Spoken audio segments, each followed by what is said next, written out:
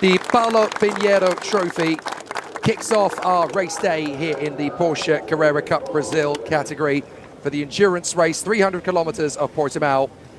The trophy presented to the widow of Paulo Pinheiro, a very beloved member of our paddock, and we race in his honor here at the Autódromo Internacional Algarve for the first of 3 races of this season that will be of endurance rather than of sprint. I'm Jake Sanson, great to be with you once again as the drivers have been paying tribute to our fallen colleague Paulo Pinheiro, and we race in his honor, a very beloved member of the Porsche Carrera Cup Brazil paddock. And also in his honor, I believe we will hear the national anthem of Brazil as part of our beloved devotion to the members of our paddock.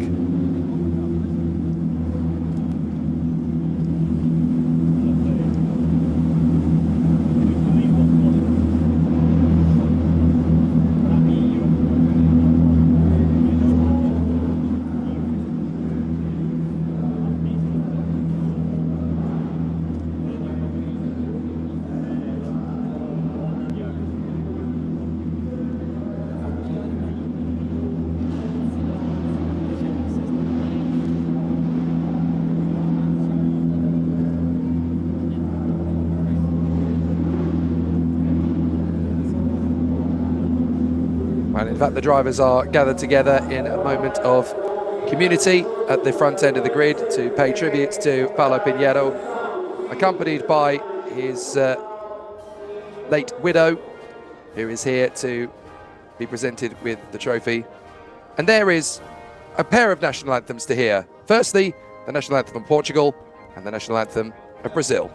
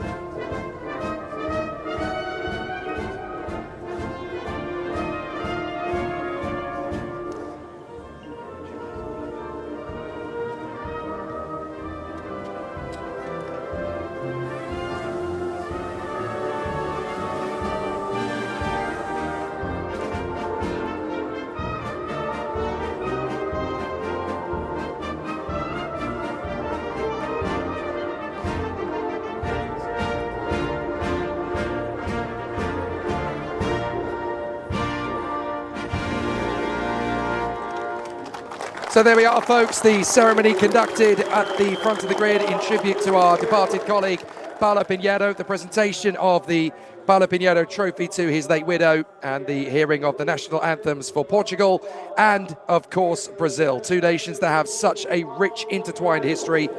Of course, Portugal providing the language, the native tongue for Brazilian racing drivers.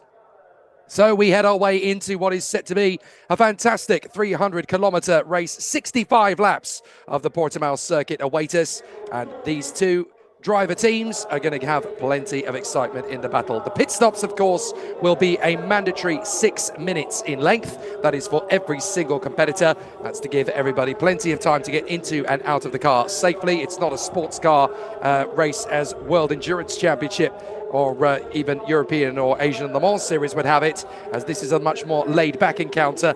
The pit stops are given 6 minutes mandatory, and that is to give everybody plenty of time to get themselves settled without having too much of a difficulty. You've got to remember that there are some regular racing drivers in the pack, but there are also gentleman drivers here, so they do not want to be rushing the the pit stops procedure. So there you go, the end of the first stint is lap 30. They can have obviously 3 pit stops over the course. Lap 16, lap 31 and lap 48 is when they will have their opportunities. 8 minutes is apparently where the pit stop is going to be at that particular point. But the Tributo Paulo Pinheiro trophy at the front end of the grid, very resplendent as we pay tribute to our fallen colleague. Starting grid is going to see Marcel Muller and Felipe Fraga on the front row of the starting grid, from Lucas Salas and Rafael Suzuki.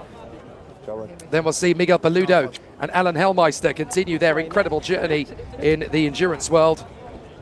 The two most experienced endurance racers in the category, Miguel Paludo and Alan Hellmeister. Miguel Paludo will start his 28th endurance race.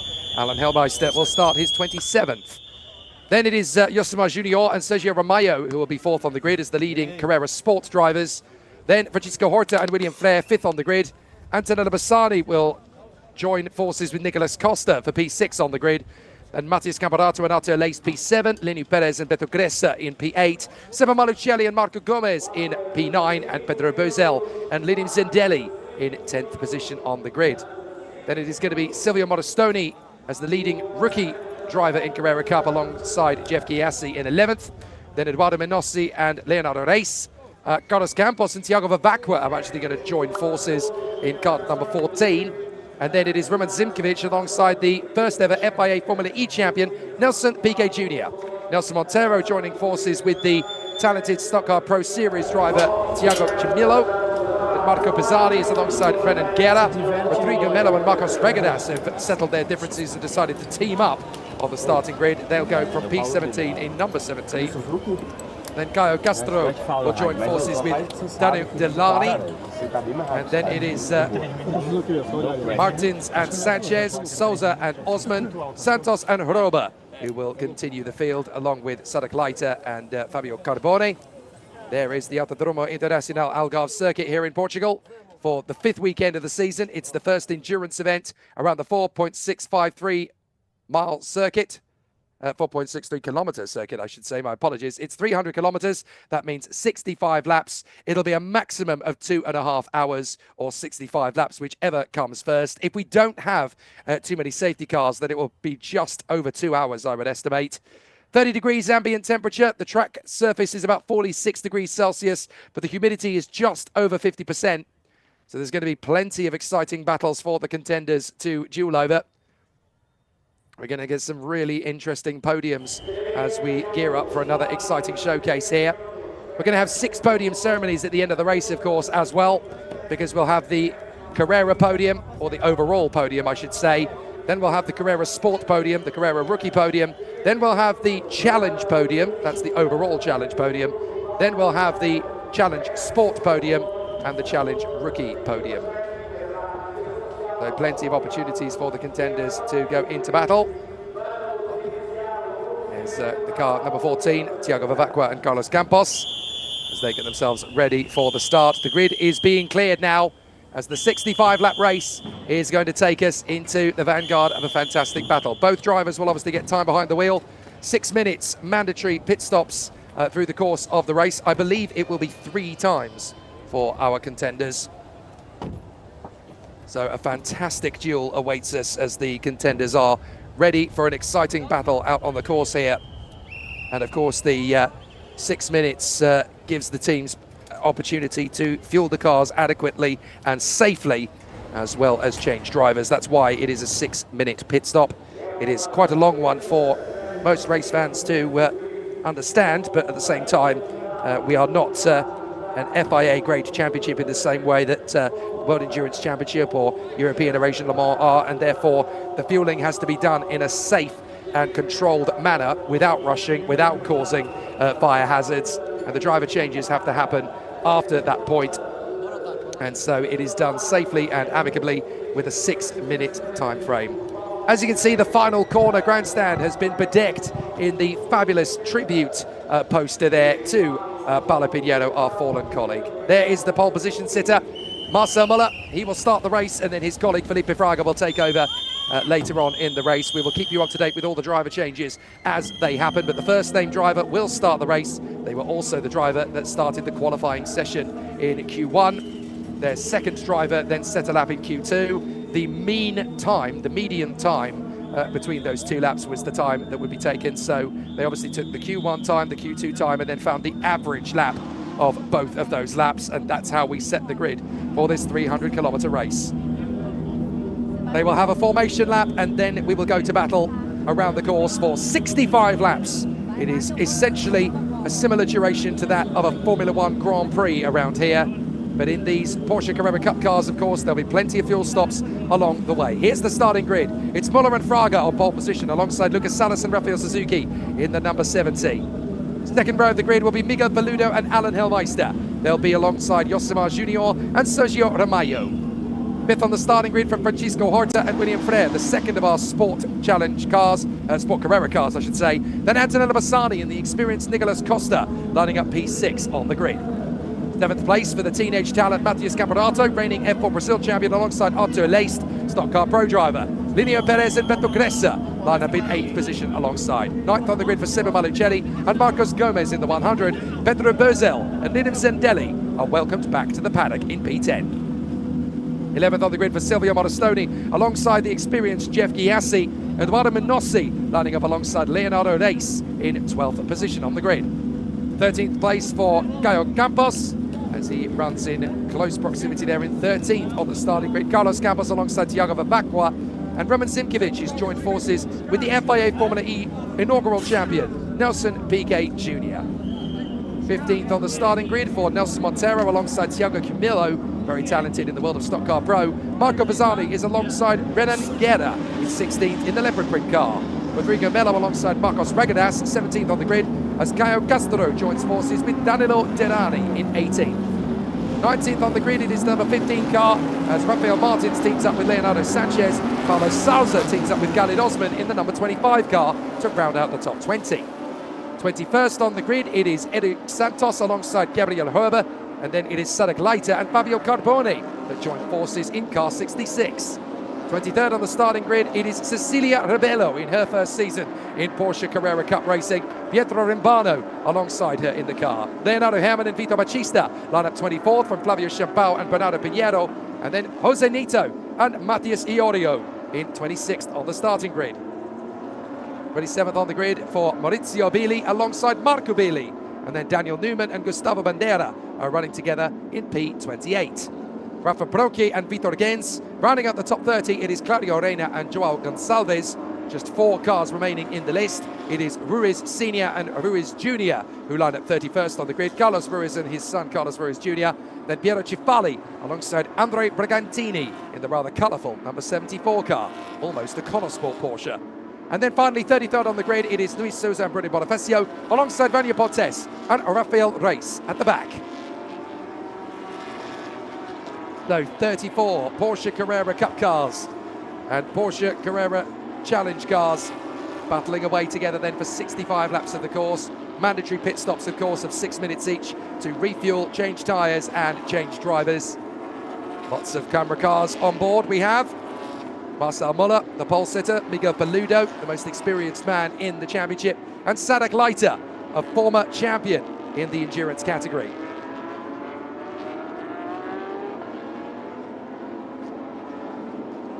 So plenty of reasons to look forward to the action here and get very excited indeed. 65 laps of this course will give us plenty of talking points.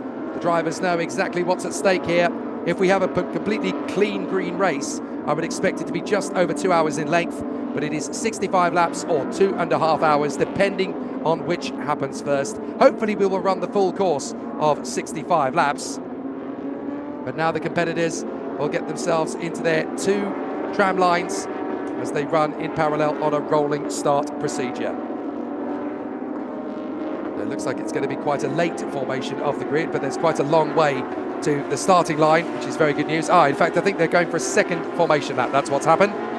So a second formation lap is what the drivers will now receive. They're not going to go away straight away. They obviously have to warm these tyres up a little bit more aggressively for an endurance race than they would do for a sprint. But this particular circuit has a lot of history. This is, of course, the 11th season of endurance racing within the 20 years celebration of the Porsche Carrera Cup. Quite a long time ago, we witnessed the first ever race of endurance. Back in that point, it was never easy to predict who was going to get the job done under those circumstances, but the race winners on the one-off appearance of the endurance were Marcel Visconde and Pedro Queirolo.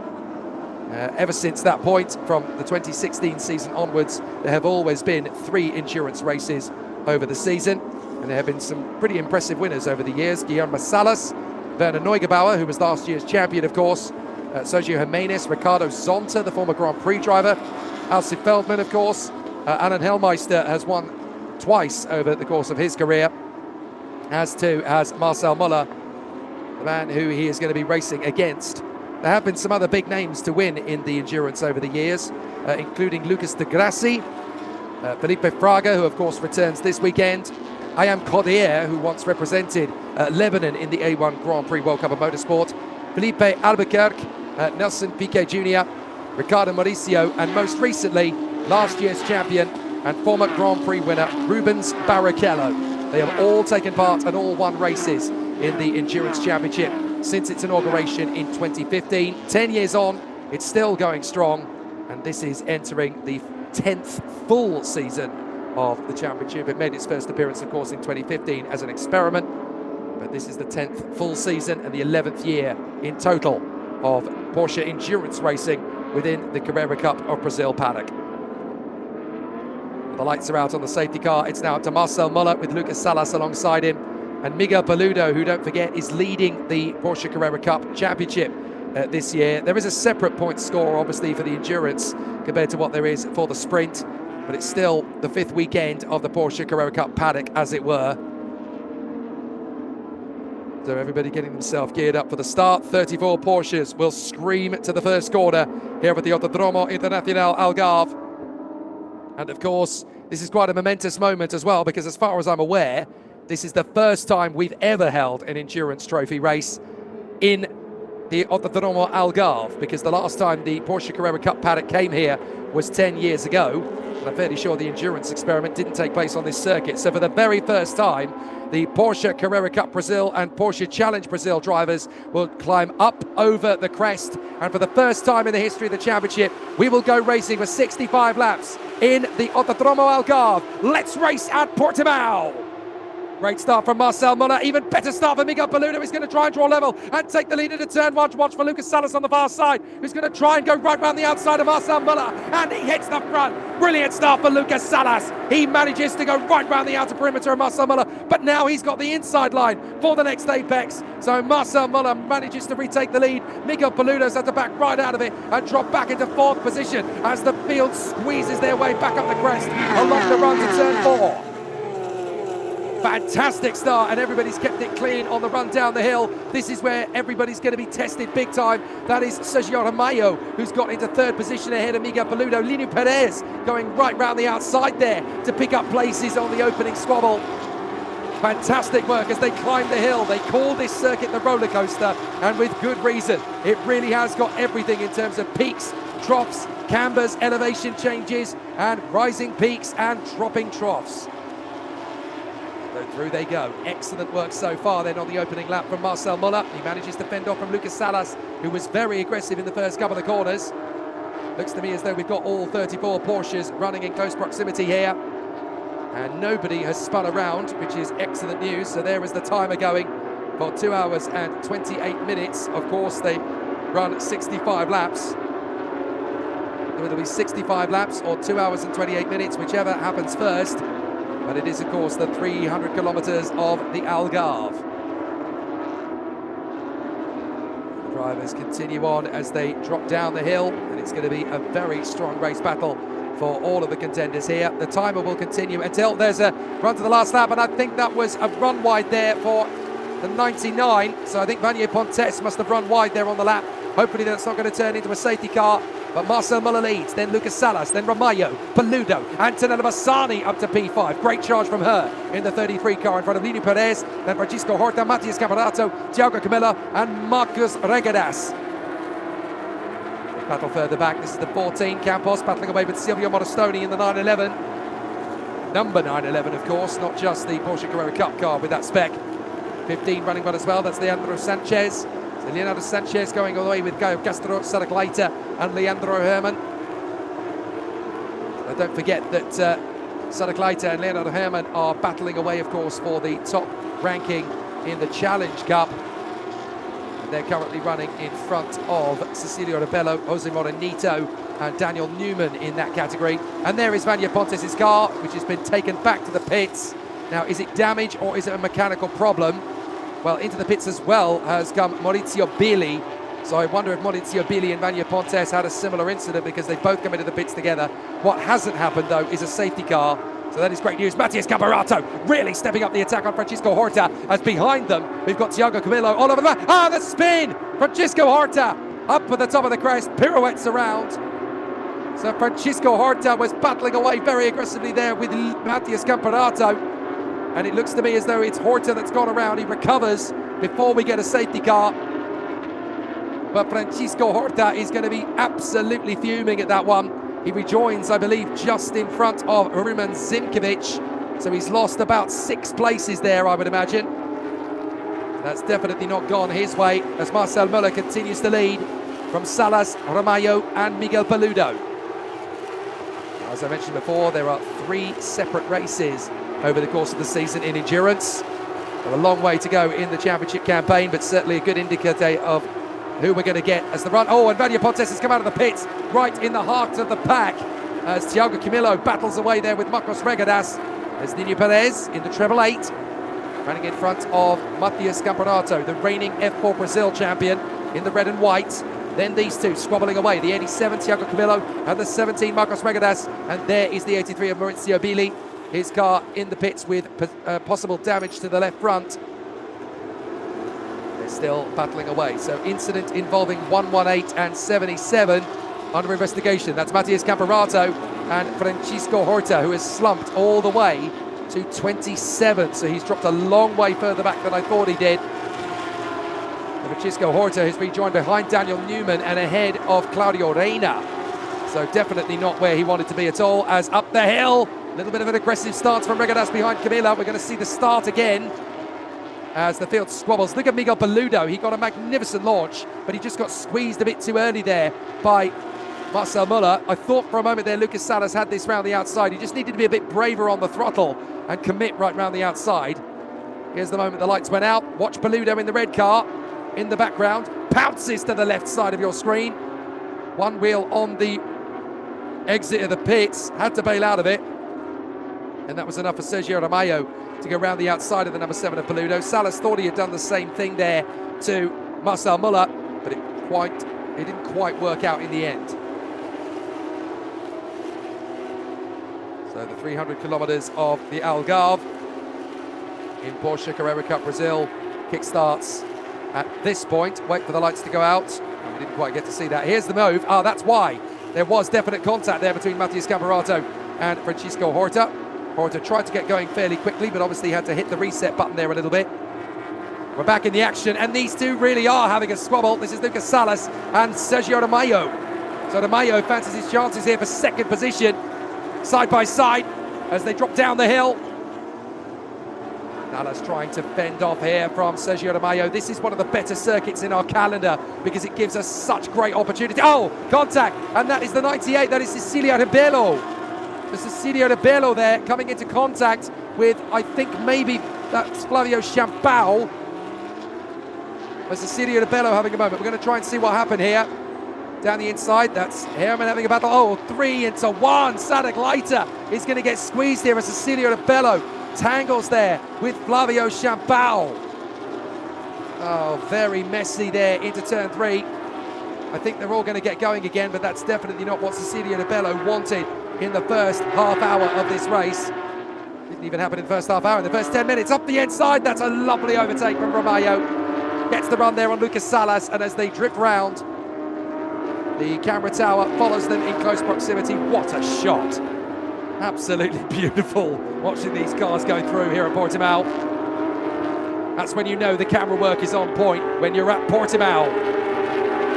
No, an investigation into the incident between Flavio Champao and Cecilia Rebello is in order. Oh, Lineu Perez, that's big damage. No, Lineu, you're not going anywhere, mate.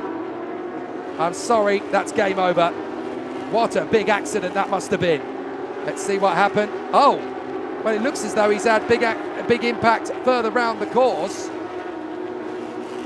As Cecilia Rebello's incident is going to be investigated, Lineu Perez, he's had a contact quite a long way round. I've got no idea what happened to Lineu Perez, but that's game over. He's not going anywhere, and surely this is going to be a safety car.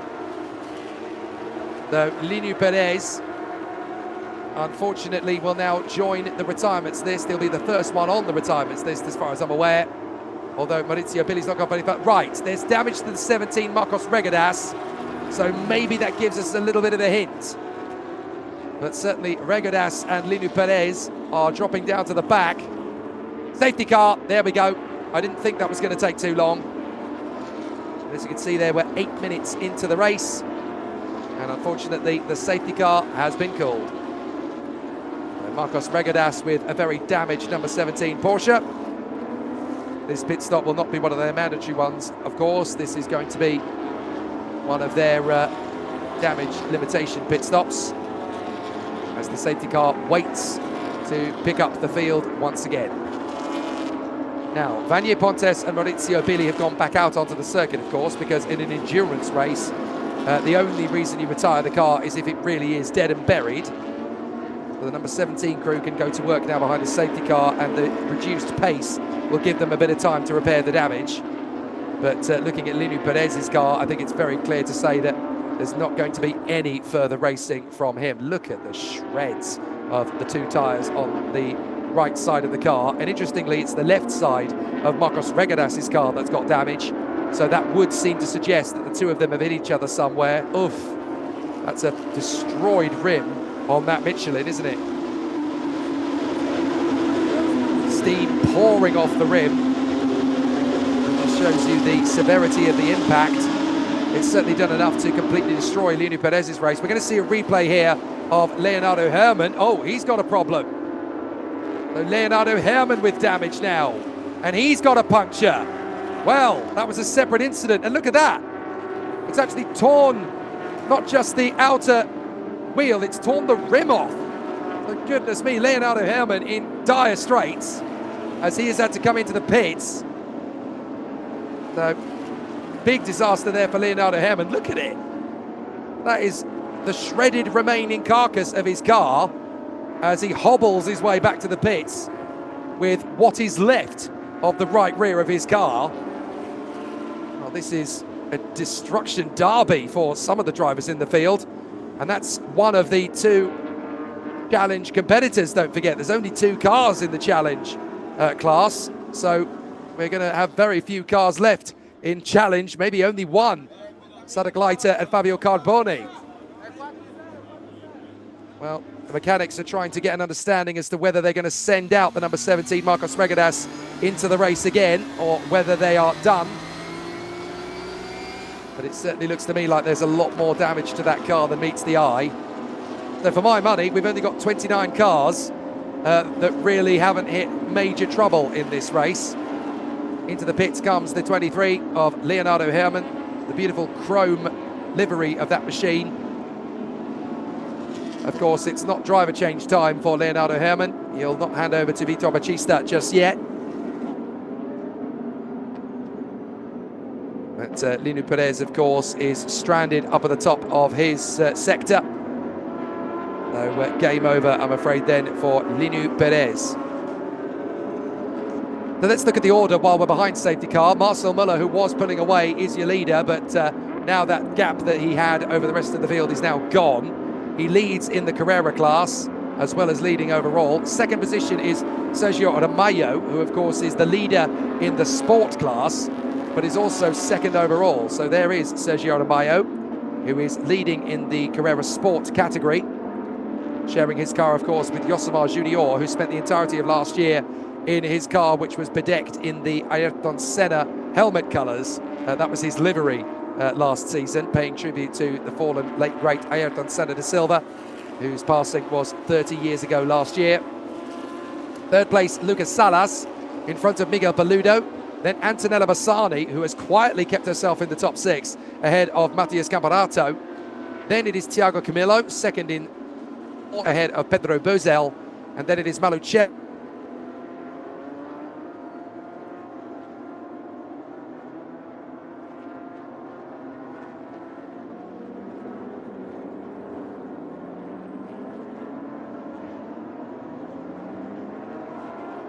He's 11th. Then Carlos Campos in front of Eduardo Minossi. And then we have Leonardo Sanchez in front of Caio Castro. Silvio Modestoni is in front of Paulo Sousa. Then you've got to go all the way back to 18th place for the leader of the challenge class. That is Sadek Leiter, who is sharing that car with Fabio Carboni. Wait for the number 66 to appear over the horizon. There it is in red and black. So that is Sadek Leiter, who leads in the challenge category. That is the 4th class in this mix. Then incredibly, the leaders in the other 2 classes are right behind him. So Jose Morenito is leading in the challenge sport category in 19th position. And we're riding on board with Sadek Leiter. So when we go to our next panoramic shot, I think it's fair to say we'll be picking up the number 45 of Jose Morenito, who is sharing his car with Yorio in this particular race battle. So look back, we'll see the number 66 go up over the crest. There is Sadek Leiter, and there is the 45 leading the way in their class. Jose Morenito leading in challenge sport, and leading in challenge rookie is Daniel Newman in the number 21 car. Lights are out on the safety car, which tells me we're going racing again. So Marcel Müller, his job now is to back up the pack. Don't forget that we've got Vanier Pontes in the middle of this gaggle of cars. So he's going to be lapped by everybody fairly soon indeed. And obviously if he's shown the blue flag, he's going to have to get out of everybody's way and retreat back to the end of the pack. Though Linu Perez, as far as I'm aware, is the race's only confirmed retirement. Marcos Regadas is still in the pit lane, but he's getting that car repaired. Here we go, Marcel Müller has dropped the hammer, and so he will lead Sergio Aramayo, who has gone with him. Salas and Paludo are going to be close as they come up off the top of the crest as well. Antonella Bassani's got a decent launch in P5, and Matias Camparato's going to have to shake off Thiago Camilo. It's green, green, green, green as we battle away here. And it's going to be a thriller to the first turn. Really exciting duel as Aramayo is trying to move away and give himself a bit of an exciting duel down to the first turn. It will be very close quarters racing all the way up the hill, but so far so good.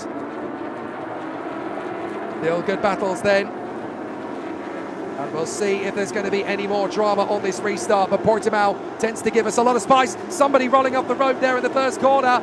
Couldn't quite make out who it was through the gravel trap, as now Aramayo is putting Marcel Müller under big pressure. Müller's having to go defensive here on lap 7. Lap 8, I should say, because they've completed lap 7. Aramayo going wheel to wheel with Marcel Müller as they go up the top of the hill. And Aramayo doing his best to continue pushing forward. Rolling off the power, going up the climb once again. And these 4 cars are close to it. Wheel to wheel, head to toe. And this is in the endurance race, don't forget. It feels more like a sprint. There's Aramayo, looking for his bid to get ahead of Marcel Müller, and if he can't do it, then Salas and Paludo are lining up their own opportunity to move forward. Excellent stuff. It's getting pretty spicy at this phase of the race. And now we have got even more challenges for these drivers to take on. I think it's going to be a pretty close quarters thing. These drivers having a really solid duel. And up the inside, Marcel Müller running a little bit too deep. This could be the chance here for Sergio Aramayo. He comes up through the final turn. Marcel Muller's got to tighten the radius. It's so bumpy when they drop down that crest. But now we've got Sergio de Maio pushing hard. The Brazilian flags flying in the breeze here at Portimão. It really has taken on Brazilian Porsche fever. Down the straight, Matheus Campeonato fancies his chances to get ahead of Antonello Bassani, or is that to defend from the hard-charging Pedro Buzel? Thiago Camilo, meanwhile, has got ahead of Antonello Bassani and Matheus Campeonato. So Camilo really is pushing hard here. There he is in the navy blue Porsche number 87. And we've got ahead of Bassani and ahead of Campeonato. So now there's going to be some big duels as they continue to put the pressure on. Now Maio's got a good run off the turn, but Marcel Muller's having to go defensive as they go down the drop. They're almost going to be side by side in the braking zone. Marcel Muller's going to really struggle to slow that car down on the exit. He closes the door, but Sergio de Maio's got a better idea. He switches tack, he goes the other side, and Sergio de Maio has played Marcel Muller. He goes into the lead. Fantastic from Sergio de Maio. That was beautiful. Excellently read by de Maio. As Marcel Muller now has to try and defend from Lucas Salas. Sergio de Maio, what an overtake. He knew what Marcel Muller was going to do, so he quickly changed directions to get ready for the next right-hander. That was a masterclass overtake from Sergio de Maio. Every Porsche driver in the world should take a look at that, and that's a blueprint for how to get the moves done in this kind of championship race. Excellent stuff. Though that now puts the Carrera Sport leader into the overall lead. It's been a bit like that of late. Last week, of course, in race 2, we had Miguel Mariotti coming through for the victory as a sports competitor in the Carrera Cup. And just a week later, another Carrera Sport driver, Sergio de Maio, running in front of Yosemar, running alongside Yosemar Junior on the team, I should say, has managed to get ahead of Marcel Muller. Muller is blinking away with his headlights, trying to outfox Sergio de Maio. But come on, Sergio de Maio was not born yesterday. He's not going to fall for that, old China. So they're going to get their way closer to the pit stop phase, but it is still very exciting stuff here at the Autódromo Algarve. The 300 kilometers going very well indeed for Sergio de Maio. He takes the lead away from Marcel Muller.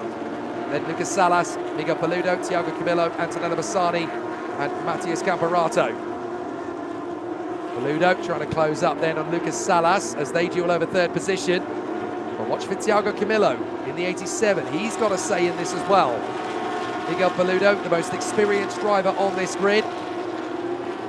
He's been a sprint challenge champion 4 times over. He's been an endurance champion as well. Here's that move from Sergio de Maio. Look at this. He knows exactly where he's going to be placed by Marcel Muller, who pulls across, and Sergio de Maio sells in the dummy. That was the Porsche Carrera Cup version of Nigel Mansell on Nelson Piquet back at Silverstone 87. Excellent. What a wonderful display there from Sergio de Maio. That is how you take the lead at Portimão. That is how you take the lead in Porsche racing. Masterful. And that is one of our many drivers getting ready for a driver change, because we're getting closer to that mark now. Because obviously every team is going to change drivers. There are 2 drivers per car. They'll all get some seat time, except for Lino Perez, of course, with the damaged car. That's not going any further. Lucas Salas running right off the road there as he tries to defend from Miguel Paludo. That's going to unsettle him big time. All 3 cars in that battle for third position with their headlights blinking away as Lucas Salas tries to catch out Marcel Muller. Miguel Paludo tries to catch out Lucas Salas, and Thiago Camilo tries to catch out all of them. Paludo having to move slightly across the racing line to thwart any onslaught from Thiago Camilo. As they go up the hill, Camilo fancying his chances on Paludo. Needs a good run off turn 4. Maio, Muller, and then the battle for third position, which is Salas, Paludo, Camilo, Bassani, Campeonato and Pedro Buzel. We are on lap 11. Up the climb. Sergio de Maio looking very good with the fastest lap of the race as well, a 1:47.6. Goodness me, he has dropped Marcel Muller in second place. Marcel Muller just does not have the pace here by comparison to Sergio de Maio, who is just riding the confidence of that exceptionally skillful move into the lead on the previous lap. So now what can Miguel Paludo do to deal with Lucas Salas? We're already 11 laps into this race. This is the 11th lap. And Miguel Paludo pushing hard here to try and keep things going. Paludo trying to get the overtaking move on Lucas Salas before he loses ground to Thiago Camilo. He's in a rock and a hard place here, Miguel Paludo. He's the most experienced endurance driver in the field. This is his 28th race start in endurance since the category had its first event all the way back in 2015. I'm fairly sure Miguel Paludo is one of the only drivers in this field that's been there since the very beginning. Now he's got to try and shake off Thiago Camilo, whilst also trying to put an attack together on Lucas Salas. Antonella Bassani in P6 not doing a bad job either. She's got a great play here from P6. And of course, she later gets to hand over to Nicolas Costa, a man who's got so much reputation here. Was a multiple race winner the last time he competed in this category back in 2023. So in 2024, Antonella Bassani wanted to race with her great friend and colleague Letizia Buffoni, the Red Bull athlete in the X Games in skateboarding. This year, she wants to win everything in endurance. So, not only is she in the Carrera Cup category, but she's partnering up with Nicolas Costa. That is not a bad shot for a chance to the victories. As long as she keeps herself in the top 5 in the category, which she is doing at the moment in P4 in the class, and she's got a great chance of it. Further back, this is Francisco Horta trying to get his way back up the order, battling away with Eduardo Minossi. Minossi doing a grand job in the 85. But he's been shuffling the deck here a little bit as well. But he's having an interesting time of it, as up over the top of the crest, that is Morostoni, battling away with Caio Castro. Then Francisco Horta and Eduardo Minossi. Minossi has lost the position to these two cars. So Morostoni and Castro have both got ahead of Eduardo Minossi, and now Francisco Horta fancies his chances to get ahead. Though still they run in close proximity. Up the crest. Big dive on the inside from Francisco Horta. Was that enough to get through? Looks like it was. It was indeed. Now, the race director is doing an investigation into the incident between Marcos Regadas and Linu Perez, and I can tell you that none of the drivers that were involved in the incidents that brought out the last safety car are still circulating. So Linu Perez is going nowhere.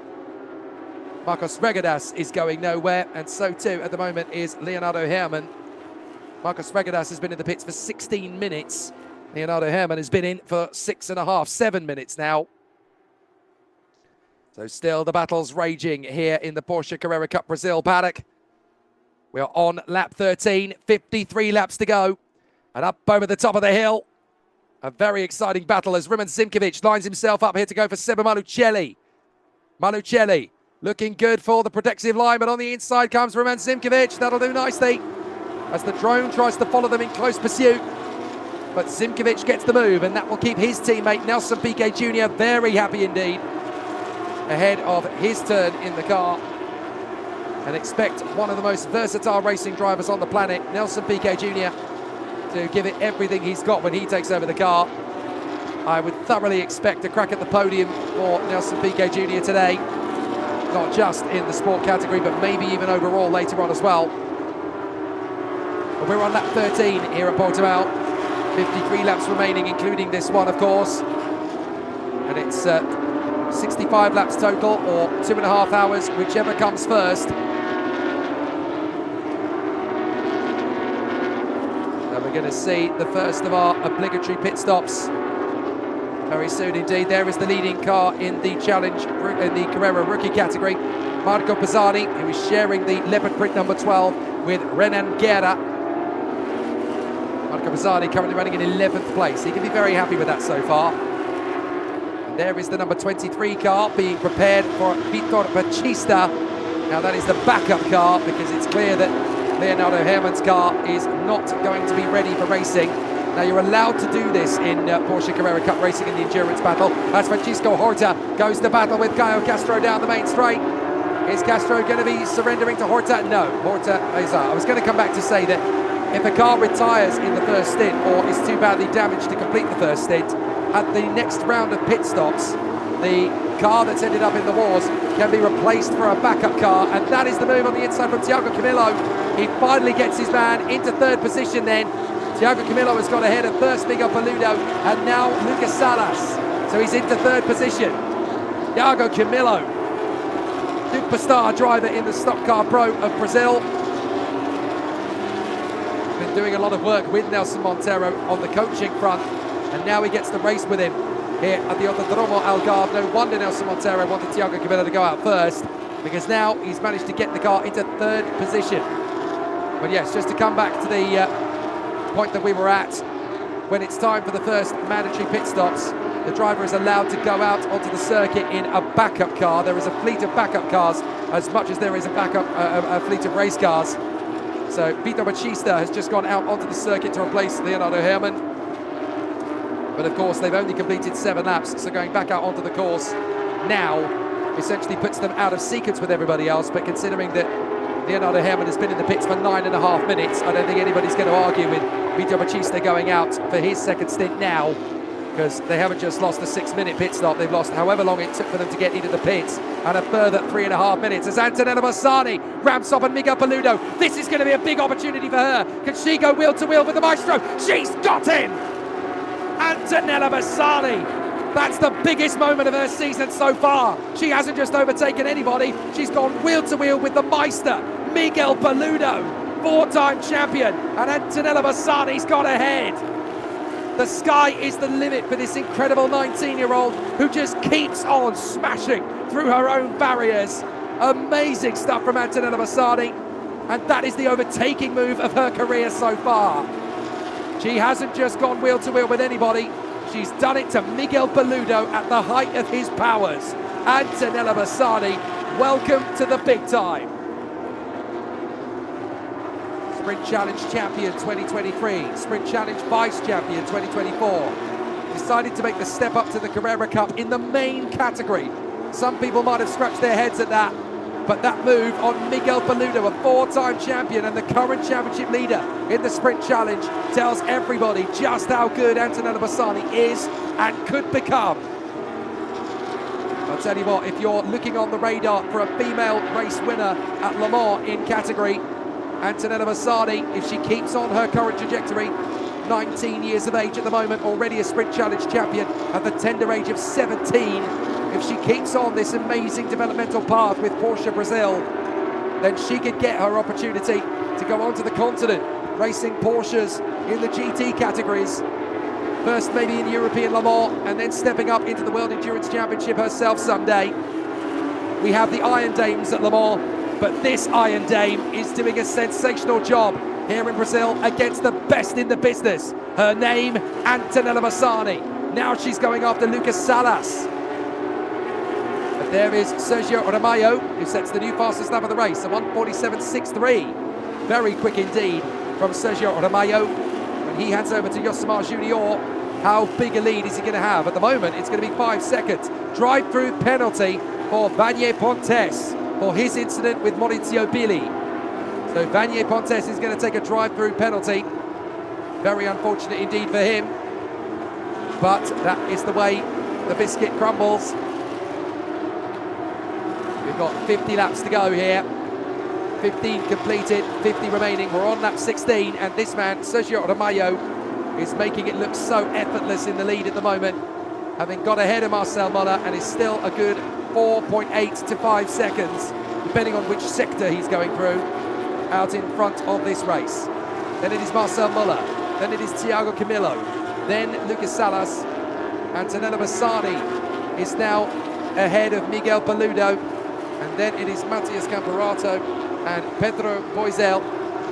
And then we've got Rumen Simkovic ahead of Seba Malucelli, Marco Bizzarri P11, then it is Leonardo Sanchez, Carlos Campos in front of Francisco Horta, and then it is Silvio Modestoni, Caio Castro, Eduardo Menossi, and then it is Paulo Sousa, Daniel Newman, and Sadak Leiter ahead of Jose Morenito. Then we have Carlos Ruiz in front of Edo Santos, Flavio Champao and Cecilio Orbello, and Claudio Reina, Bruno Bonifacio, and then it is Rafa Brocchi in front of Piero Cifali and Vanier Pontes, who needs to take a drive-through penalty. There we go, that is the pit window opening. They've got 8 minutes roughly in which to make their first mandatory pit stop. This is the first pit window opening. They come into the pits and they make a 6-minute pit stop, and Miguel Paludo decides to be the first one to do that.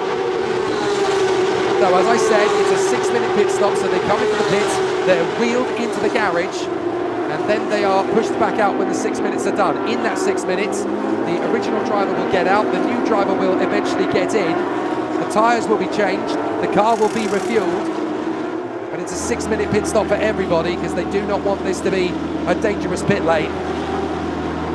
So obviously the car is refueled, but it's done in a safe manner rather than an aggressive one like it is in the World Endurance Championship or the Asian Le Mans Series. That's why it's a mandatory 6-minute pit stop. But of course, if anybody goes under that 6-minute pit stop, then it is a penalty. And that 6 minutes, of course, includes pit entry, stop, and pit exit. So they've got to time it just right. 6 minutes bang on is what you want. We can get pit stops in about 6 minutes 1, 6 minutes 2, often 6 minutes 3 is about where we end up. But the pit stops are raining down now as everybody's starting to make their way into the pit lane. Miguel Paludo, Silvio Monastoni, and Eduardo Santos have all decided to come into the pits. There's a 6-minute pit window. Even if your pit stop goes, the 6-minute mandatory pit stop, if that goes over the pit stop window time, it doesn't matter. The pit window is basically how long you've got until you have to come in. The pit stop can run over the pit window time, so it doesn't matter so much, but it is tactical as to when you decide to do it. And Marcel Muller and Lucas Salas have both decided to come in together here. So Marcel Muller will swap out for Felipe Fraga, and likewise Lucas Salas will swap out for Stock Car Pro driver Rafael Suzuki. Well done, guys, for making it nice and easy for us to tell you apart. Marcel Muller, pretty much identical livery of both helmet and race suit to Felipe Fraga.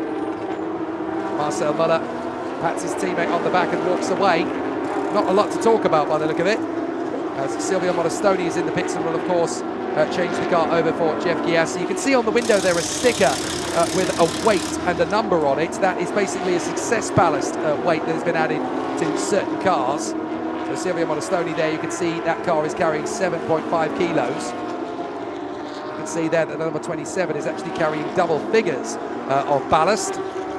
5 minutes until the pit window closes. As long as you come into the pits before that 5 minutes expires, then you're okay legally.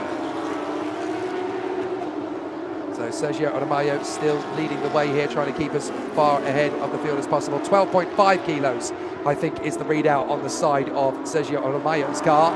He now leads Tiago Camillo and Antonella Bassani, who temporarily leads Carrera Cup. So into the pits, it's going to be a very narrow trajectory, and that's why, because into the pits comes the race leader, Sergio Aramayo. And of course, it's 6 minutes from pit entry to pit exit.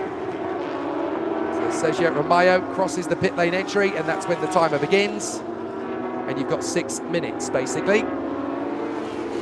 So the first car that came into the pits under pit stop procedures was Miguel Paludo. So he's currently at about 3 minutes 45 seconds for his pit stop. It's got to be bang on 6 minutes if you want to be quick. 6 minutes 1, 6 minutes 2 to be safe, but that's where it's got to be fairly well balanced. But anybody over 6 minutes is fine. Anybody under 6 minutes is going to get a penalty. So they've got to be so careful with how they work things out. Nice high five between race leader Sergio Aramayo and his teammate Yosimar Junior, who will take over the car. Aramayo telling Yosimar exactly what he needs to know.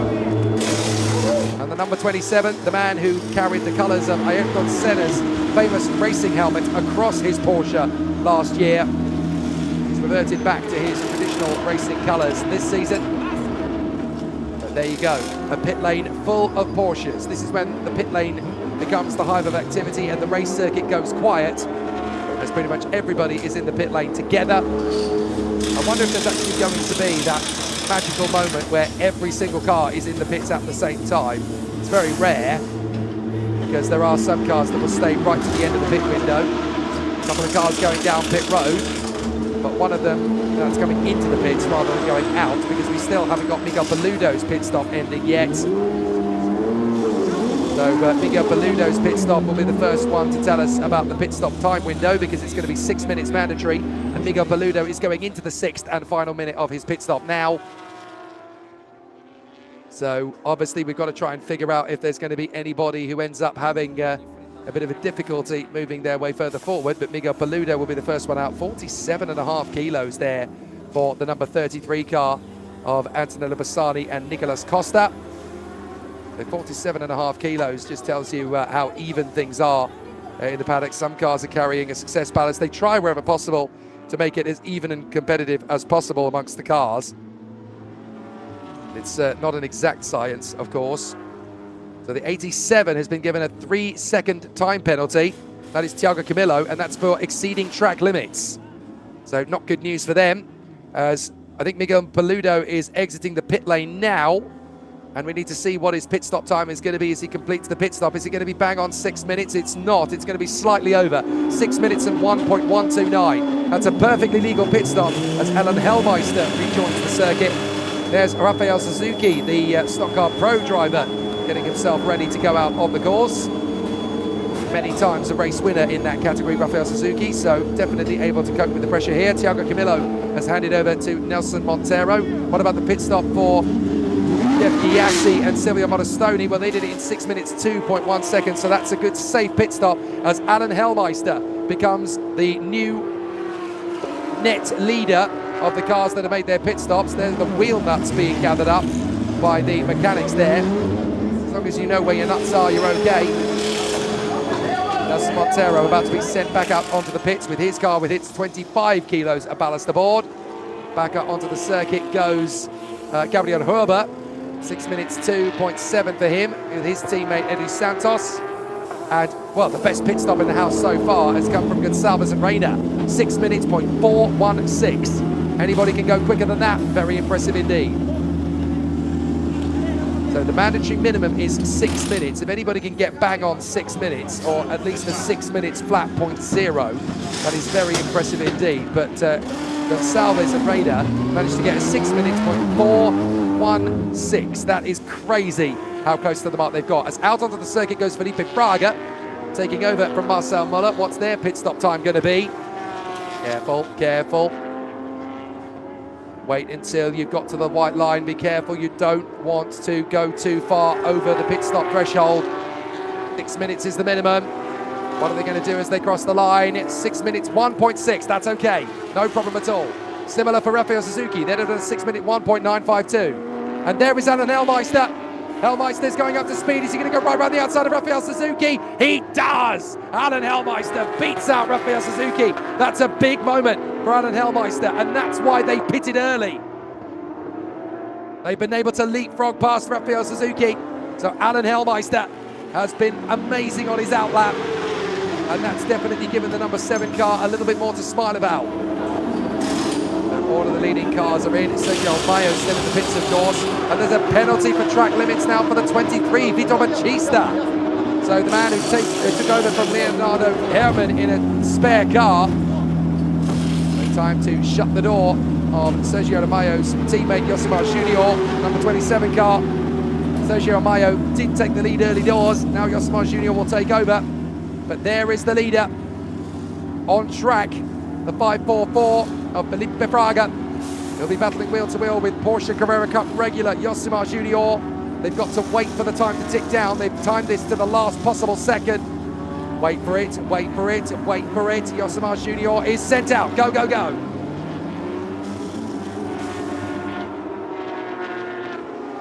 Now, two things we've got to watch for here as Yosimar Junior gets to the end of the pit lane.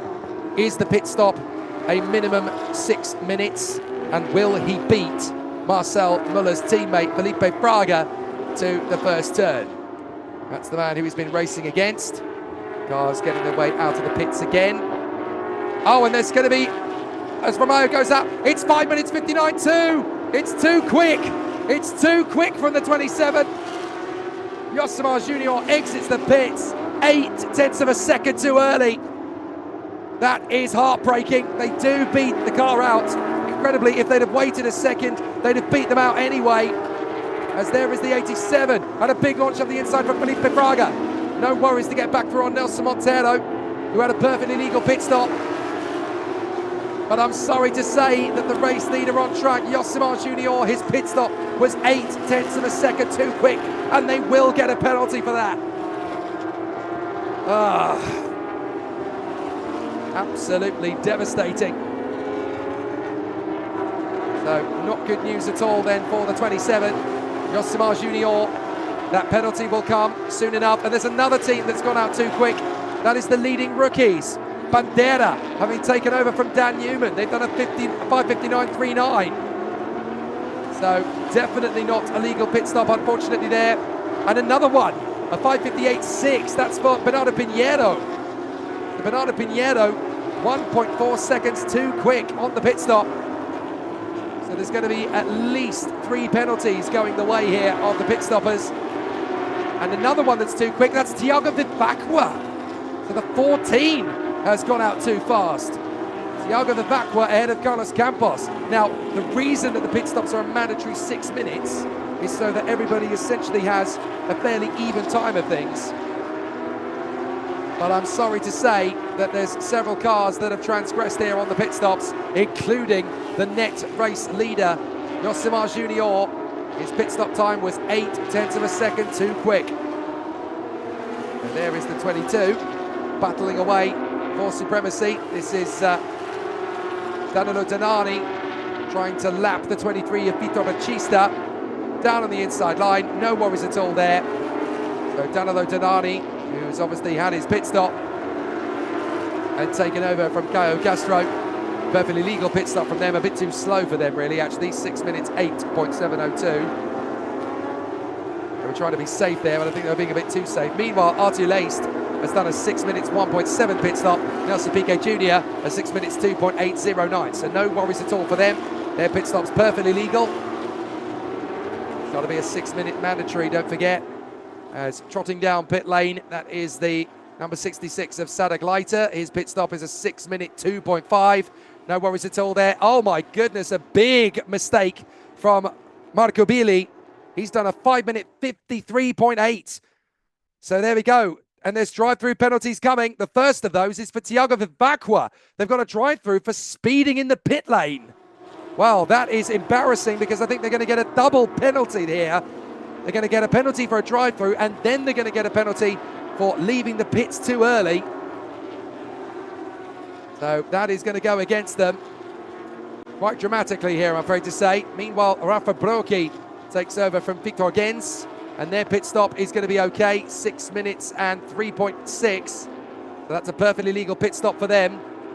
Meanwhile, Marcos Regadas has come into the pits quite recently, actually, and so too has Rembano, man who took over from Cecilio Rebello. So I wonder if there's a mechanical problem. There is the first drive-through penalty. That's handed to Thiago Vivacqua for excessive speed in the pit lane. And as we pass the pits, this is the new leader, Josimar Junior, but I think they're going to get another penalty. Well, they're going to get their first penalty, I should say, as they come up to lap Bragantini Junior. But Josimar Junior may be leading the race and maybe setting a relatively consistent pace. But I'm afraid to say that for Josimar Junior, he came out of the pits after a 5 minute 59.2 second pit stop. And the mandatory, of course, is 6 minutes. So I think they're going to get a penalty because they got out of the pits 0.8 of a second too early. There are other cars who also did the same thing. Thiago Vivacqua, the 14, who they've just been given a penalty for a drive-through for speeding in the pits. So it's going to go from bad to worse for them if they get a penalty for an under mandatory pit stop time. There's more cars involved. Carlos Ruiz and Carlos Ruiz Jr. unfortunately did a 5 minute 54. That's 6 seconds too quick. Bandera and Newman, they were 0.7 of a second too quick. 1.4 seconds too quick for Gonçalves and, for Pinheiro and Champao. There's also minimums there for Vanier Pontes and Marco Billi. So I'm not entirely sure what the situation is there for them. And also, we've got 2 cars back in pit lane, but they're outside the pit window. So not entirely sure how that one works out. But there's going to be a mass of penalties now. I wonder if it's going to be a drive-through or if it's going to be time added to the next pit stop. We'll have to double check. But certainly for the moment, Josimar Junior leads the race, having completed his pit stop in 5 minutes 59.245 seconds, and that's 0.8 of a second too short. But here comes Felipe Fraga in the 544 that he shares with Marcel Muller. They want to take this win without worrying. about a penalty for the leaders. So they're going to try and catch him up anyway. Alan Hellmeister in the background in the red number 7, pushing hard to try and close up. Then it's Nelson Monteiro in 4th. Rafael Suzuki is in P5 in front of Nicolas Costa. Then Artur Leist, Lidin Zindeli, Marcos Gomez and Tiago Vivacqua, who we know has already got one drive-through penalty coming, but there's surely going to be another one to come as well. On board with Felipe Fraga. Accelerating up through the gears out of turn 5. Let's listen in. Oh, pulling off the road, that's the spare car. And the number 23 car pulling off. That's Vito Batista. Well, the race car was in trouble, and now the spare car is in trouble. Goodness me. Leonardo Herman and Vito Batista are having a race from hell. So up and over the top of the crest. 21 laps completed and 44 laps to go. We are 1/3 distance here, pretty much. Felipe Fraga closing up big time on Yosemar Junior. The gap has come all the way down to 2.2 seconds. It was about 7 seconds after the pit stop. So this is where Yosemar Junior has to face the music with Felipe Fraga.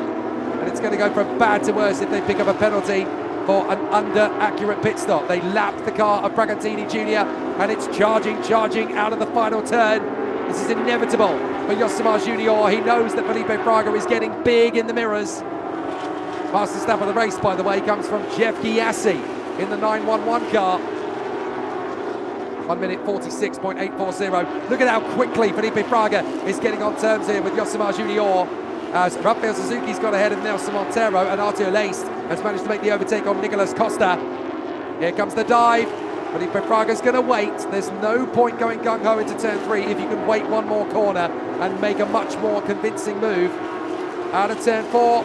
Down the straight, and surely it's going to be a question of when Felipe Fraga makes the move on Yosemar Junior rather than if into turn 5 Yosemar Junior makes him wait. Junior holds the advantage still, but here comes the move on the turn. Felipe Fraga going side by side with Junior. Junior's allowed to race him. You don't have to move over and let him through. And now on the inside line, Fraga will finish off the opportunity. Excellently done. Read the situation well, waited for his moment, and we have a new leader. His name is Felipe Fraga. Yosemar Junior now has to defend from Alan Hellmeister. It's one thing trying to keep Felipe Fraga back, and that's difficult enough. Now he's going to have to try and hold back Alan Hellmeister. And now we've got another track limits penalty for the number 87 car. That's Nelson Monteiro. They'd already got one track limits penalty. Now they've got another one. That's a total of 6 seconds then. So I think that's a 6-second penalty that will be added to their next pit stop, as far as I'm aware. Yes, indeed, 3 secondo na parada, that is Portuguese for 3 seconds at the next pit stop. And so they've got it twice, so that's a total of 6 seconds penalty at their next pit stop. Now, I think there's going to be penalties, seconds added to pit stops at the next port of call for teams that ended up going too short on their pit stop time. So I'm not sure it's going to be in the form of a drive-through. I think it's going to be seconds added to the pit stops. There is the 74. That is Bragantini Jr. trying to fend off from the cars around him. He's actually following in the wheel tracks here of Alan Hellmeister. A little bit too closely, I have to say. I thought that was going to be a very nearly an overtake there from Bragantini Jr. on Alan Hellmeister. Right, 15-second penalty. 3-second penalty for the number 15. Track limits again. And this time it's for Rafael Martins and Leonardo Sanchez. So they're going to have a penalty at the next pit stop. There is the leading Carrera rookie team. Jeff Gyasi at the wheel, having taken over in the 911 car from Silvio Modestoni. So Jeff Gyasi is now in 10th position. He's working his way forward as Tiago Vivacqua takes his drive-through penalty. And into the pits, having hobbled his way back in, is Vito Batista. And that car's got no wheels. It's going nowhere. Right, up the hill. Alan Hellmeister all over the back of Yosemar Junior, trying to pick his moment. He goes right, no way. He goes left, no way. Now he's going to try and drop down the hill. Yosemar Junior's trying to keep him guessing. Be predictable. Alan Hellmeister dives to the inside line of the left-hander. Thanks for the game, but I've got you. Into second place goes Alan Hellmeister, one of the most experienced drivers in this field. He's starting his 27th race. His teammate Miguel Peludo is starting his 28th. Excellent work then from Alan Helmeister to get into second position up the top of the crest. He's not there with Felipe Fraga at the moment. He's about 2.5 seconds behind him. In fact, to prove the point, he crosses the line and he has 2.519. So Yosemar Junior drops from the lead to third position before a penalty is even handed out to him, if a penalty is being handed out to him. No confirmation of that yet. Fraga leads Helmeister, Junior, and then a bit of a gap back to Rafael Suzuki.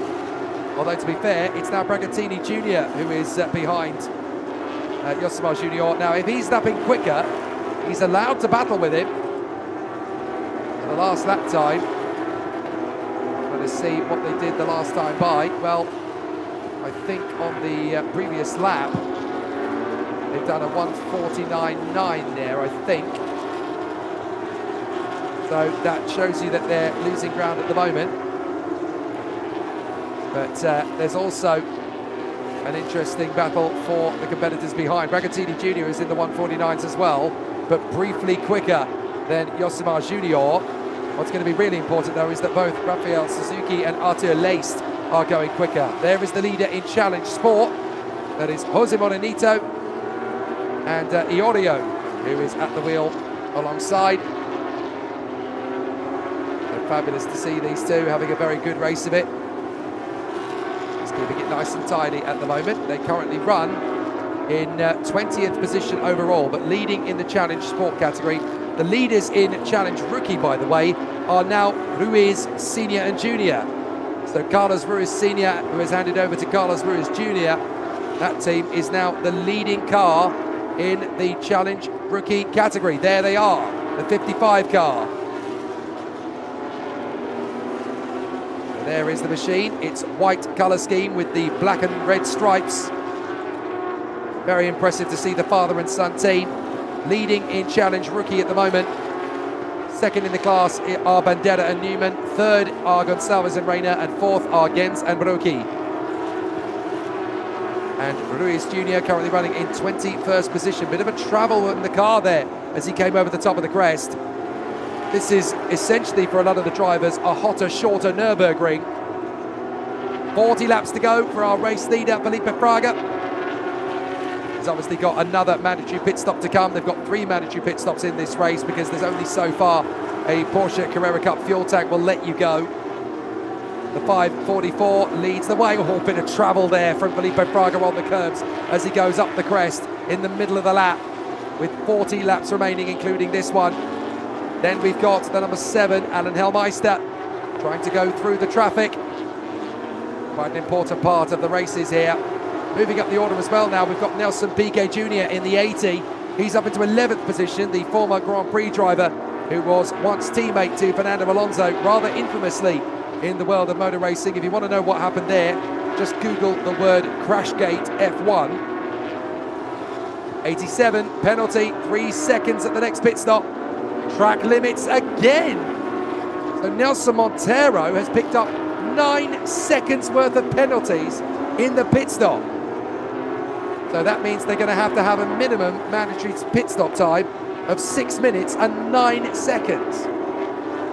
So a third track limits penalty, definitely not the way they wanted this race to play out.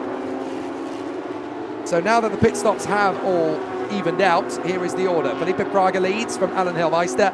Yosemar Junior is still the leader in the sport category, but they're in third position, and I've got a sneaky suspicion they're going to have a little bit of time added on to their next pit stop because they had a shorter pit stop than needed.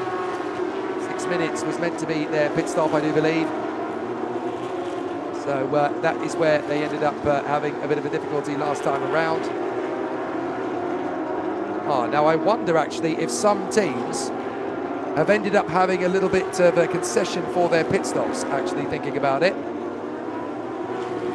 So a couple of the teams then get an opportunity to move their way further forward.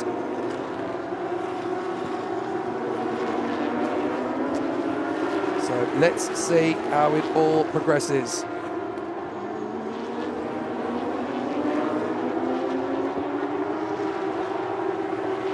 now we're going to get to see a really exciting competition then for our competitors. The top 10 sees Fraga in front of Hellmeister, Junior and Rafael Suzuki. Then Artur Leist and Nicolas Costa from Nelson Monteiro, Lidim Zendelli, Marcos Gomez and Jeff Giassi, then Nelson Piquet Jr. and Renan Guerra from Reis Martins, and then William Frere in front of Danilo Dedani, Gali Dusman, Gabriel Roba, Tiago Vivacqua in front of Orio, and then Ruiz Jr. who leads the rookie category. There is Ruiz Jr. in front of Bernardo Pinheiro, then Gonçalves, Bandera, Bonifacio, Gens, Brangantini Jr., Marco Billy, and then Vanier Pontes diving up the inside line. That is a charge forward from Bernardo Pinheiro, who gets through on the inside, as does the 83 there. So some good moves as competitors work their way through. That's Marco Billy, who's got a flapping bonnet. Well, that is not going to be any help to Marco Billy. He does not need a flapping bonnet with everything else that's come his way. He's already a lap adrift after the incidents earlier on. And a flapping bonnet is going to make things particularly treacherous for him and for everybody else around, I'm sure. So, very difficult. Well, a very tricky battle, that's for sure. Marco Billy cannot afford to have that kind of chaos.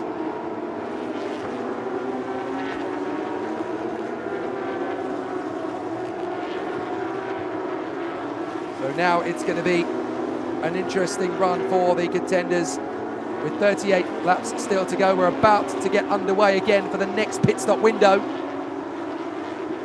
So again, teams will have a chance to make progress here.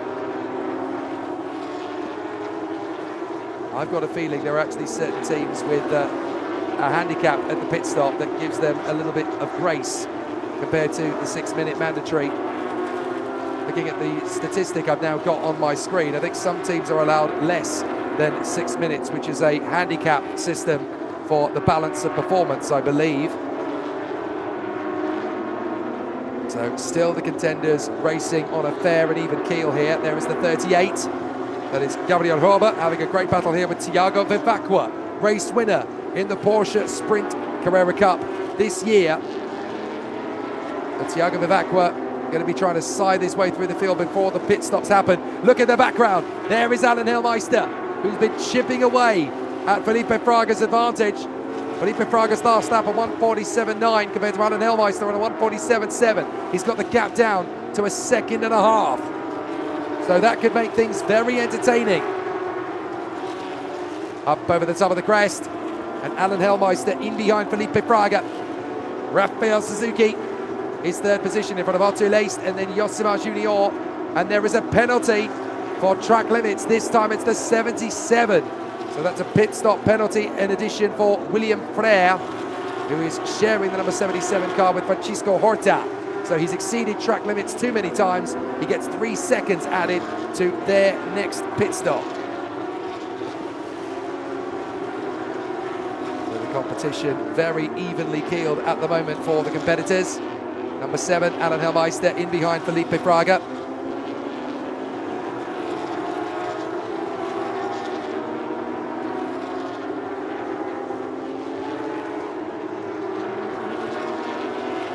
So now we're going to get to see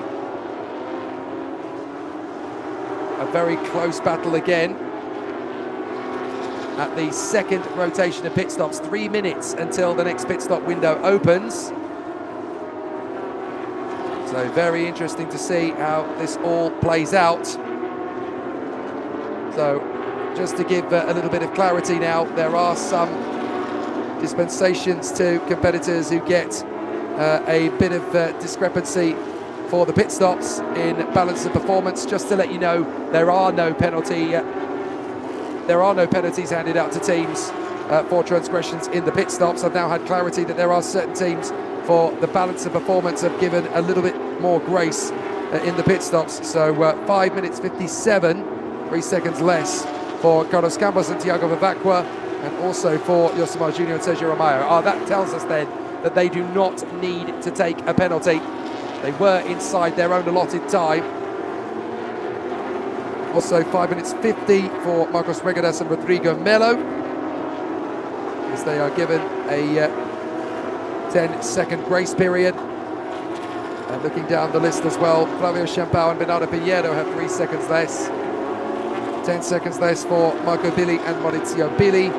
3 seconds less for Silvio Modestoni and Jeff Giassi. And then just to complete the ranking there, in the challenge, we've got 5 minutes 57 for Daniel Newman and Gustavo Bandera, and 5 minutes 47, 13 seconds discrepancy for Carlos Ruiz Sr. and Carlos Ruiz Jr. That is actually for a balance of performance there. And another track limits penalty going to the 87 of Nelson Monteiro. So that is a second track limits penalty.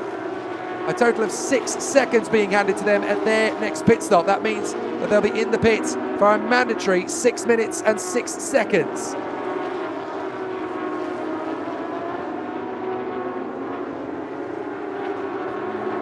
So that's the reason why there are certain teams who have been given less time in the pit stops. It's all to do with the balance of performance to make it even. Some teams have been given differences in weight penalties. Others have been given differences in pit stop times. But it's all to make things even and fair and competitive amongst all of the teams. You've got to remember, this isn't a WEC, this isn't an Asian Le Mans or a European Le Mans. This is a little bit more of a sporting battle, a little bit more friendly. And number 15 has been given a penalty. 3 seconds at the next pit stop for track limits. That's now 6 seconds total for the 15.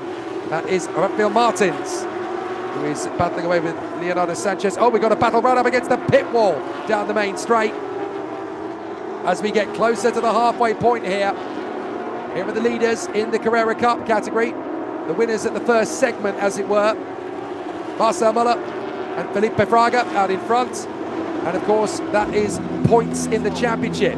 So the winners of the first segment, Muller and Fraga in Carrera, Junior and Ramayo in Sport, and Giassi and Modestoni in Rookie.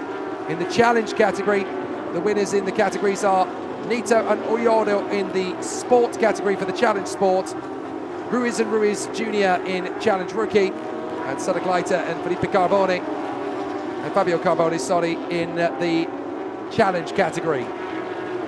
But both of those teams are really struggling in the Challenge category. Fabio Carboni and Sadaglaita are down in 30th, and Vito Bachista and Leonardo Herman, are down in 32nd. There's 2 cars not running at the moment, and they are Marcos Regadas and Rodrigo Melo, who didn't get a lap in at all in the number 17, and Linu Perez and Beto Cressa, who also didn't get a lap in at all. They retired after just 3 laps. Crash damage to both cars. So across the line comes Felipe Fraga, leading the way at the end of lap 31. 34 laps to go, almost halfway, and the pit stop window has opened for the second time. So we're almost at the halfway mark, but at the end of the first segment, which is the first half of the race in essence, the winners in the category have been declared. Now, of course, you score points at the first segment. So it's quite important to note that each segment gives you championship points in the endurance category. So you have to make it work to the best of your advantage. But the pit stop window is now open. So straight into the pits then will come the 23. That is Vito Bachista, who has finally been able to limp that car back to the pits. They've only completed 25 laps, it's fair to say, unfortunately for them. 6 laps adrift, and they've had all sorts of problems to deal with. But there is your leader, Felipe Fraga. It's going to be interesting to see which of the leaders comes in first. All of the cars in the top 7 have got a 6-minute penalty. A handicap for Yosemar Junior of 5 minutes and 57 to hand over to Sergio Aramayo, but he has now dropped all the way to 8th position. His lap times have plummeted from 147s and 148s to 151s. Yosemar Junior really starting to struggle now. And of course, that's the stamina of these endurance races. It's a real test for drivers. You never quite know just how much you're going to fend off and push your way further forward. So it's becoming quite an interesting scenario for the contenders as they continue to make good work of things. Another penalty going the way of the 15. So Rafael Martins gets another 3 seconds penalty to add for track limits. And that's going to be a total of 9 seconds added to the next pit stop. And between Fraga and Hellmeister, there's 2.3 seconds. So their pit stop time is going to be critical. It'll be 6 minutes plus whatever it takes. As into the pits comes Nicolas Costa. He is the first of the big names to come in. He'll hand the car back to Antonello Bassani, and diving into the pits further back, that looks like Nelson Monteiro. So don't forget that Nelson Monteiro's got some penalties to carry into this pit stop. So I think they're going to add another 9 seconds to the pit stop time. And once again, car comes in, parks in the pit bay. They don't have to rush things. Just keep themselves very neat and tidy, and that's so that they can refuel in perfect comfort and safety. Nicolas Costa gets out of the car, and he will hand back to the flamboyant and brilliant Antonello Bassani, as Nelson Monteiro will now exit the car in the number 87 crew, and he'll hand back over to Thiago Camilo. Meanwhile, we've got Felipe Fraga having just put a lap on, I think that's going to be Gabriel Herber, the 36. And we've got a terrific battle further back. Check this out. Marco Pisani's teammate, Renan Guerra, is now tuning away with Jeff Chiassi, Leonardo Reis, and Rafael Martins. And they are having quite the scrap at the moment. Mind you, I think that's actually Yosimar Junior who's lost the position to Renan Guerra and Jeff Chiassi. He's really struggling, he's limping. And if I was Yosimar Junior, I'd be pitting in right now. When you're losing 3 seconds a lap to your opponents, you really need to start thinking about how much time you're out there for. I know he wants to race. Oh, Jeff Chiassi having a look on the inside there of Renan Guerra. And there's another penalty handed out. This time it's the 77 for a second time. So that is a penalty for William Frere. That'll be 6 seconds lost in the pits as Alan Hellmeister comes into the pits, and so too does, I think that was Bernardo Pinheiro coming into the pits. And he'll hand back over to Flavio Chapao, and there goes Alan Hellmeister out of the car. He hands it back over to the legend himself, Miguel Paludo, the current championship leader in the Porsche Carrera Cup of Brazil in the sprint races. Now, of course, he wants to continue his good form in the endurance. A top 3 would do, but he really wants to take another victory. So the battles are very secure indeed here. Running very close together. Tyres, fresh set on, put a bit more fuel in, keep the car going to the bitter end. There is Rafael Suzuki, now running in second place. Inherited that, of course, from Alan Hellmeister, who pitted in for Miguel Paludo. But the first driver to come into the pits was Nicolas Costa, who would, of course, hand his car back over to Antonello Bassani, the 19-year-old superstar, the former Porsche Sprint Challenge champion of Brazil, 2023, at the age of just 17. Absolutely extraordinary. There is the 544, there is Felipe Fraga. Will he come into the pits? Yes, he does. But Felipe Fraga decides that this is the moment to come into the pits. So, very exciting stuff so far from the contenders. So, good battles so far as into the pits we go. Engine goes off for the 544. Felipe Fraga will get out of the car with its 47.5 kilos of ballast for the balance of performance. He will hand the car over to Marcel Muller. There he is. Get out of the car, swap over for your teammate, keep it nice and tidy, and they're looking good for a potential victory here. So it really is going to be an exceptional battle.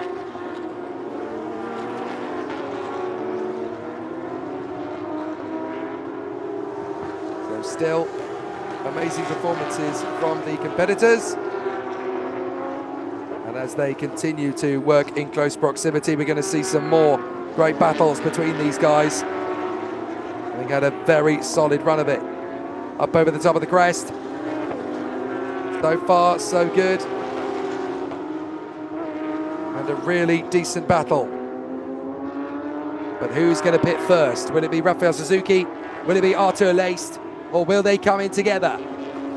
Suzuki versus Leist really is the battle at the moment. They are running in first and second. They've got a minute left until the pit window closes, so they're going to leave it till the last possible minute by the look of it to make their mandatory stops.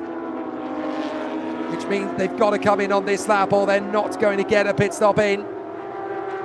So there's no choice. If you haven't pitted, and that's the state of affairs for Suzuki, Laced and Nelson Piquet Jr., you've got to come into the pits now, which they do. No worries there. A few seconds down the road from them, Nelson Piquet Jr. will also come into the pits on this lap, because otherwise he will take a penalty. You're allowed to leave it to the last possible minute, and of course your 6-minute mandatory pit stop can overrun the closing of the pit stop window. As long as you come into the pits before that happens, then it's okay. So Rafael Suzuki will hand the car over to Lucas Salas, and Otto Laced will hand the car over to Matthias Camperato, as Nelson Piquet Jr. also comes into the pits. And I've got a feeling that William Frere is also going to have to make his pit stop, but he's only got a few seconds to come into the pits. I don't think William Frere is actually in pit road at the moment, unless I'm wrong. And now William Frere's just made it in. Oh, that was close.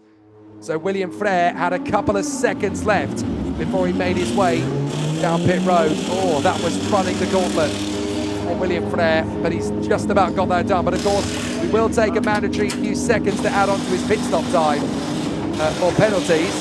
Now, Antonello Bassani is the first one to go back out on the course, and there was that magic moment, but just a brief moment there, where every single car in the race was in the pit stop at the same time. And Antonello Bassani is the first one to go out on the course again, after a pit stop time of 6 minutes and 8.3 seconds. 6 minutes and 7.0 seconds for Thiago Camilo. That is, of course, because Nelson Monteiro had 6 seconds worth of penalties to take. Not quite sure why Bassani and Costa's pit stop was quite so long. I don't think they needed to take that extra 8 seconds. I think that was unintentional. But certainly a very tidy battle, as we've now gone 35 laps into this race and we've got 30 laps to go. They'll have one more pit stop in about 15 laps time, roughly, and then we will go to the finish. So that's the bonnet open on Sadek Leiter's car, the 66, and that's the spare car. So clearly more problems then for the competitors in the challenge category. Leonardo Herrmann is 9 laps off the lead. Fabio Carboni and Sadek Leiter are 5 laps off the lead, and they've got mechanical problems. As out onto the circuit again will go Miguel Paludo, and he's done that in 6 minutes and 1.5. So that's okay. Crosses the pit lane line, and that's a perfectly okay pit stop. No worries at all for Miguel Paludo. He rejoins the course.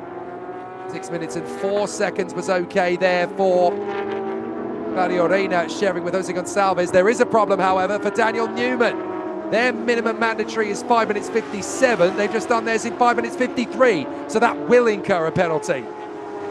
There were doubts earlier on, of course, because I wasn't aware of the handicap system for some of the teams in the pit stops. But that is quite clear that a 5 minutes 53 second pit stop is not legal for Daniel Newman, as their team will surely get a penalty because their minimum mandatory is 5 minutes 57, not 5 minutes 53. If you're watching along with your timing screens at home, by the way, the reason you'll know that is because the pit stop time will flash green if it's okay and flash yellow if it's not okay. Not a bad stop for Silvio Modestoni and Jeff Chiassi. They've done theirs in 6 minutes 5.6, because of course they had to add some seconds onto their pit stop for track limits. There is the number 7, Miguel Paludo, putting pedal to metal, trying to charge away from Sergio De Mayo, and there is Marcel Muller. So Marcel Muller will make his way down pit road. Don't forget, his pit stop has got to be less than 6 minutes. And I think they're going to do it pretty much to the split second here. Felipe Fraga has handed his car back over to Marcel Muller. He'll come out of the pits in 6 minutes and 1.4. Well, very tight indeed there. And there is the number 7. There is Miguel Paludo. Job done for Marcel Muller and Felipe Fraga. They've got out well clear of the number 7. And there, I believe, is Sergio Romayo between them. And the number 7, not quite getting what they wanted out of this. But it's certainly given us plenty of excitement in the competition for the victory. as Marcel Muller is out in front by quite some margin over the number 7 Miguel Paludo, who's now going to go hell for leather if he wants to make up the time. But the 5:44, which has 30 laps to go out in the lead, is looking good for the victory. Marcel Muller on board with him. Let's listen in.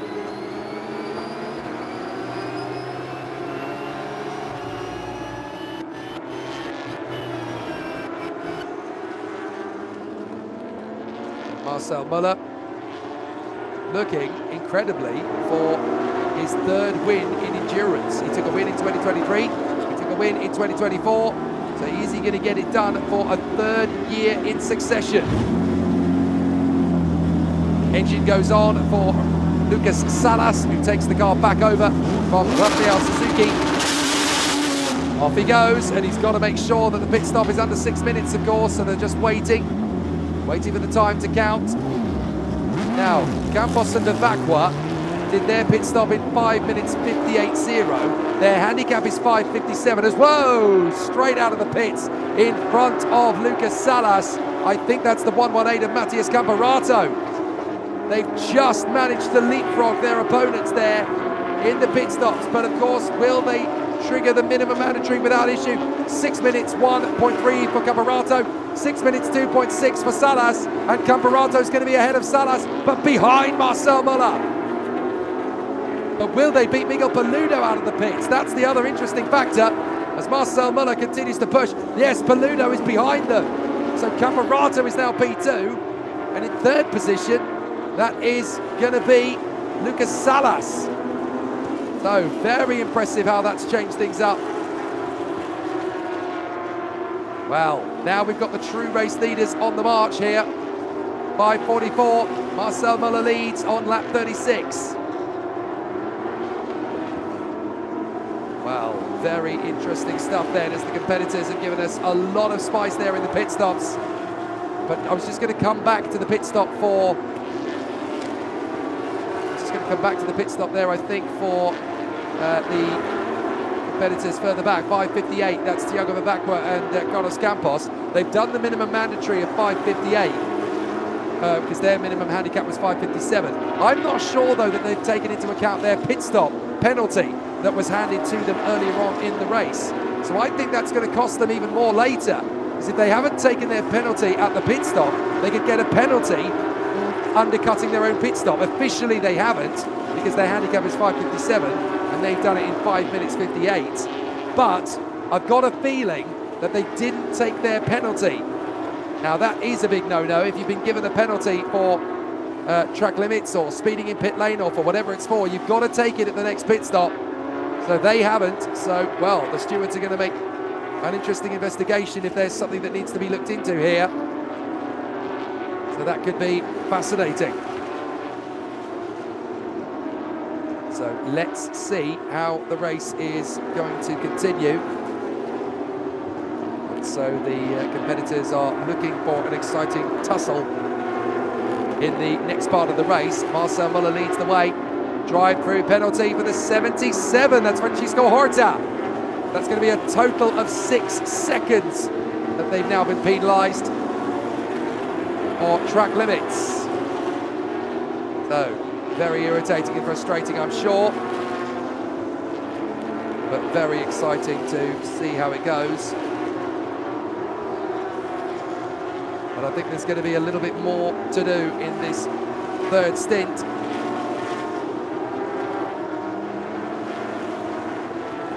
But now the competitors are trying to settle back into a rhythm, and it looks like we're going to get a very exciting run between these two.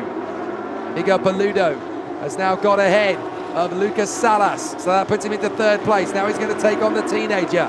Matthias Camperato will be next. Another penalty coming the way of the 15. So Leonardo Sanchez has got another 3 seconds penalty there, and that is for track limits infringement. Well, the stewards really are on it. It's very easy to run the gauntlet on track limits on this circuit. We're going to see a replay now. This is the move from the 27. That's Sergio Romeo managing to overtake the 80 of Rumen Zimkovic. So Zimkovic is taking over again, of course, from Nelson Piquet Jr. And the next man to have a go at Roman Simkovic is going to be Seba Malucelli, as another pit stop penalty comes in. 3 seconds for track limits. And that's the 911, that's Silvio Monastoni. So Silvio Monastoni, who is still battling to take the victory in the rookie category of the Carrera Cup. So that's a penalty for them, and another penalty for the 66 this time, and that's for track limits for the leaders in the challenge category. Sada Gleiter and Fabio Carboni all the way back in 30th. So here come the track limits penalties en masse as Roman Simkovic and Seba Malucelli go wheel to wheel down to the first corner. Is Malucelli going to get there first? Simkovic is going to send it back up the inside. Good work from Simkovic to hold on to the place for the moment. And so still the battles rage here, with Seba Malucelli still looking hungry to move his way further forward ahead of Roman Simkovic. Sergio De Mayo has got back behind the wheel of this car, but these two are currently lapping in the 1:51s, while De Mayo goes into the 1:48 bracket. And he's going to close in hand over fist on Pedro Bozel, as meanwhile Thiago Camillo is closing in on Marco Pisani big time. Here he goes off turn 5, watch in the background. Marco Pisani looks like he's going to lose ground here to Thiago Camillo. Camillo gets through, no worries at all. Marco Pisani had to let him go there. When there's a 3-second a lap discrepancy, just got to let your opponent take control of the moment. Otherwise, in an endurance race, you really are just ruining your own race by defending for no good reason.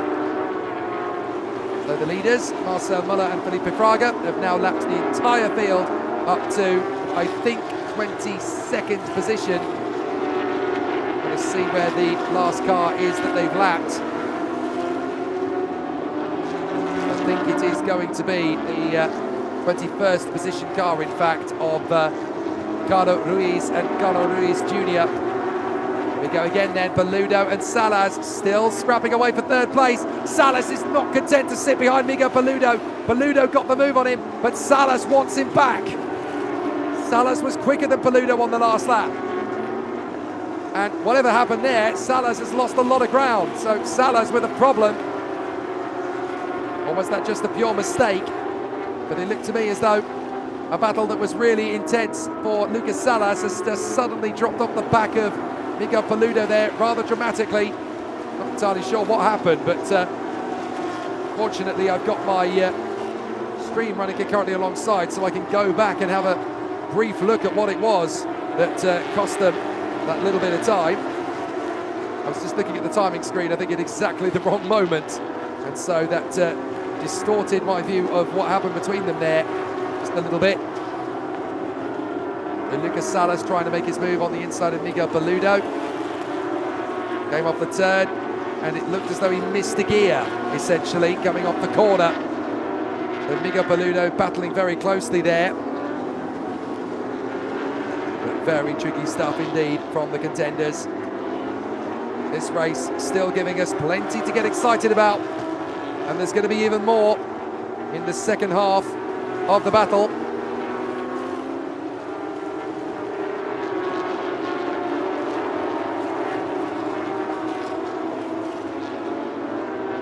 So now it's going to be an interesting battle for the contenders.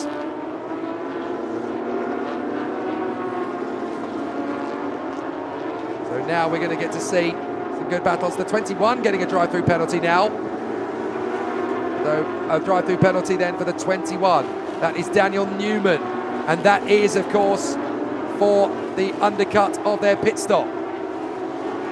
And there's another track limits penalty handed out to the 15. Goodness me, they are just getting penalty after penalty after penalty. It's Leonardo Sanchez this time that incurs the wrath of the officials. 3 seconds added for track limits. So a very difficult situation for a few of the contenders there to have to deal with. 26 laps to go though. And we're back on board with Marcel Muller briefly, who leads the way by 3 seconds to the teenager Matias Camparato, the reigning F4 Brazil champion, who is continuing his journey in motorsport in anything he can grab his hand to. He's gone straight into the world of Porsche Carrera Cup Brazil this year. hoping, I'm sure, that that's going to lead him into the world of the Mobil 1 Porsche Super Cup in seasons to come, which of course will put him on the Formula 1 weekend. But Marcel Müller still going strong here, looking for win number 3 in his endurance career. He took a win in 23, he took a win in 24. He wants to take a win in 25 to start his season the right way. And after the misery of his Sprint Challenge campaign, in which he was leading in race 1 in Velocita and got a puncture, was then leading in race 1, round 2 of Velocita and got a puncture, was then leading race 1 of round 3 at Interlagos, and incredibly, again, got a puncture, which has ruined his championship aspirations completely. Now he wants to do well in the endurance, and here comes Lucas Salas. Miguel Paludo really making him work for it. Lucas Salas is going to leave his braking as late as possible, dives in, runs wide, Paludo comes back at him. Great race in between these two. Absolute no holds barred between Lucas Salas and Miguel Paludo in their race for 3rd position. Back up the crest. Lucas Salas is not going to miss a gear this time. Down the back straight. The braking zone for the bottom of the hill. Is there going to be a charge forward from Salas? There is not, because Paludo is going to protect the inside line. But the legend of our sport, Miguel Paludo, really has got his back against the ropes now. Lucas Salas is all over him. They've got a full 15 seconds back to Antonello Bassani, but they're within 5 seconds of the race lead. It's still open between these 4 cars. Marcel Müller, Matthias Camperato, Miguel Paludo and Lucas Salas. Salas still fancies his chances. This final stint is going to claim it all. 25 laps to go here at Portimão. There's still so much that can happen in this 3 pit stop race. Another track limits penalty, this time for the 83. So that is a penalty there for Maurizio Billi. We're going to see a replay here of Miguel Paludo battling away with Lucas Salas. Salas dives in at turn 1, slowing fast out for Miguel Paludo, and he manages to catch the position back again. Great work from the 2 men. Paludo versus Salas, and they're still at it as they come onto the final hairpin. Look at Lucas Salas bouncing around there in the final turn. He'll go back up the crest, and they'll be charging down the straight once more. Puff of smoke as they go over the bump there. There's Marcel Müller. Look at Matthias Camperato. He is gaining 4/10 of a second to the race leader, Marcel Müller. He wants to take the lead before the pit stops, and now Paludo and Salas both get past these 9 cars. Wow! Airborne for Lucas Salas over the curbs. I want to see that in slow-mo. Lucas Salas goes airborne in turn 1 and lands it with all 4 wheels in the right direction without even losing the car. Unbelievable. Well, another track limits penalty is going to Francisco Horta. They're all being handed out left, right and centre here. 3 seconds penalty added on. And another one, this time for the 87. That is Thiago Camilo. That's one of the big names in this one. Look at this. Watch Lucas Salas. Up in the air he goes. 4 wheels left the deck. Goodness me, how did Lucas Salas land that and keep it pointing in the right direction? Incredible reactions from Lucas Salas not to lose the back end of the car. That was a scary moment for any racing driver. At the Nürburgring in the 60s and 70s, they used to go airborne 15 to 16 times a lap. In GT racing, drivers will often talk of going airborne at the Nürburgring. You don't do it very often in other circuits, but Portimão, we just saw a proper launch there from Lucas Salas, ironically enough, worthy of Letizia Buffoni, the Red Bull athlete who used to race here last season. He's now, of course, taking on the X Games as she continues her skateboarding endeavours rather than racing her cars. Back into the lead of the race in Carrera Sport, there is Sergio Romeo. Number 27 has worked his way back forward. He's lapping in the 149s at this moment in time.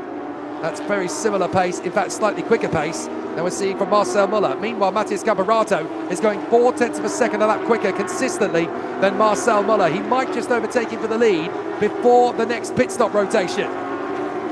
So really, I want to go back to the front of the field here. Marcel Müller and Matthias Camperato are only a second apart. Sergio Romeo is trying to catch up to Antonello Bassani as into the pits early comes Leonardo Sanchez. This is not in the pit stop window, so they've got a problem on the rear of the car. as Marcel Miller slices up the inside of the 83 of Maurizio Billi, and that's why the red and white car in the background is the teenager Mattias Camperato, who really is putting the pressure on here to try and close up on Marcel Miller of all people. Marcel Miller leading, Mattias Camperato is only a second away from him. In the first sector, he was a tenth of a second quicker. I think there's going to be a bit more of a swing towards Marcel Miller thanks to the traffic they've just caught. Well, no, actually, Camperato was a tenth of a second quicker again in Sector 2. So Marcel Miller has never had to deal with this kind of pressure from Mattias Camperato before. So this is a fascinating duel between the two drivers. And certainly, I'm sure, very satisfying for Mattias Camperato to know that he's really putting the pressure on. So 18 years of age from Sao Paulo, he is taking on and going wheel to wheel with the 32-year-old reigning Carrera Cup champion, who is in his 8th season in Porsche Carrera Cup Brazil, and Mattias Camperato in his first season. Another penalty for Sadok Leiter. More problems for track limits, as the 83 of Maurizio Billi will need to get out of the way of Miguel Paludo again. He leaves it rather late, but as a result, neither Paludo or Salas are impeded. So these two will continue their battle for third position, only 0.6 of a second between them, and Muller and Camperato will continue their battle for the victory, only a second between them. And of course, we get ever closer to the final pit stop window. Flashing of the lights there from Lucas Salas, trying to outfox Miguel Paludo. Come on, do you really think a man of Paludo's stature and experience is going to fall for that? But Lucas Salas is trying every single trick he knows, just hoping that that flicker of the lights is going to cause just the tiniest bit of distraction for Miguel Paludo. One miss of the braking zone, one missed gear change, that's all Salas needs to get into third position. He's hoping he can force the mistake, but Miguel Paludo is so in the groove, he's like a Scalextric car at the moment, holding on tight to the road and looking very smooth. He's actually going at the same sort of pace as Muller and Camperato in front of him. But Lucas Salas is in the 148s by comparison. Oh, limping. That's the number 12 in trouble by the look of it. Oh no, my apologies, it was just the camera angle. So that is Marco Bazzani doing a very reasonable job here, running in 11th position. He is the leader currently in the Carrera rookie category. That's why we were looking at him. I thought he was limping, but it was just the camera angle. So Marco Bazzani, along with Renan Guerra, leading in the rookie category in front of Menossi and Modestoni. So the leopard print Porsche number 12 looks like it's going to continue on its trajectory. Just 21 laps to go, 4 minutes until the new pit stop window opens. Excellent stuff. So it's going to be a really exciting situation for all of the contenders in the closing stages as we get nearer and nearer to the final pit stop window. And Lucas Salas is now dropping back a little bit from Miguel Paludo, who's starting to get into his groove again. Paludo checking out Charlie, half a second quicker in the first sector. Here comes Mattias Camperato on Marcel Miller. He's eating up the road and he's within a second now. If only this were the sprint challenge where he could use his boost button to get closer to Marcel Miller. But they don't have the boost button in the endurance category, of course, only in the sprints.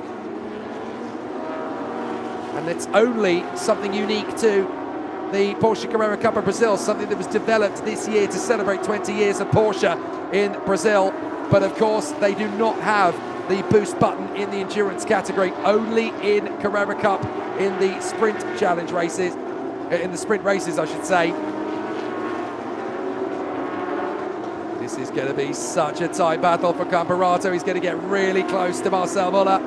He's been able to make up 0.3 of a second in the first sector alone, another 10th in the second sector. All he needs is to get close enough in the slipstream. We've still got about 3 minutes until the pit stop window opens, and Camperato is not going to back down from the challenge from Marcel Miller, who suddenly realises he needs to put in a qualifying lap. Flashes the blinkers to the traffic up in front. Get out of the way, I'm the leader. You are not going to hold me up when I've got this whippersnapper up my heels. 20 laps to go, 3 minutes until the next pit stop window.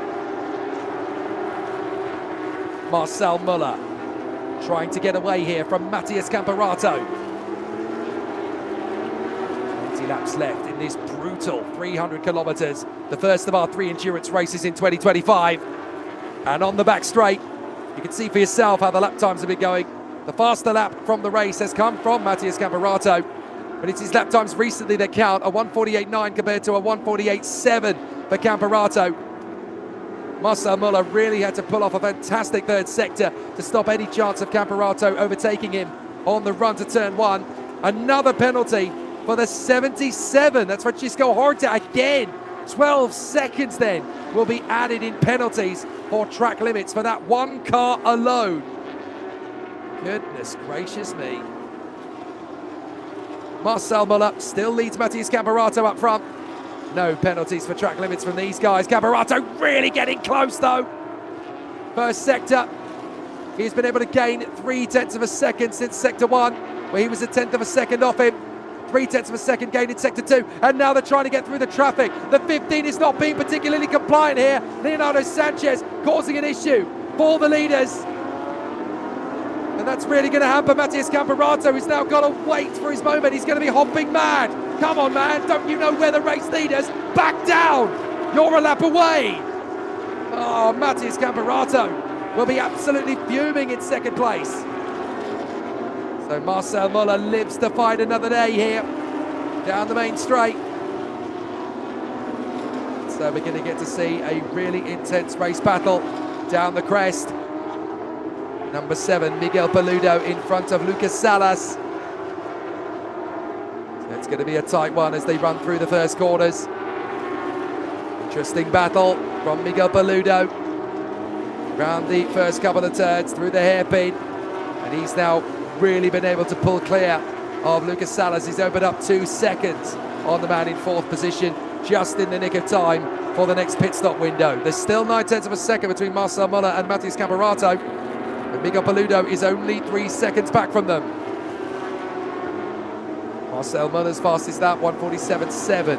Matthias Camperato's fastest lap, 1:47.6. Incredibly, the fastest lap of the race has come from Jeff Gyasi, a 1:46.84. Almost a second quicker than both of these two men have managed. But it's still very close indeed up at the sharp end. And with only 2 minutes to go until the pit stop window opens, this is going to be spicy to the end.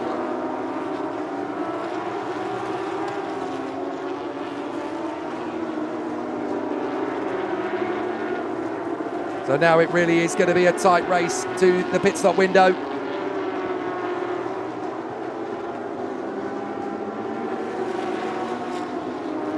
So now we're going to get to see who's going to blink first in the pit stops. Matthias Camperato's bid to try and get ahead of Marcel Müller, impeded there by the 15, Leonardo Sanchez, as they were trying to lap him. He hasn't given up. But the battle really is intense in the final pit stop window. But a really close quarters battle continues here. It is really giving us so much to get eager for as we battle away here. Miguel Paludo battling away.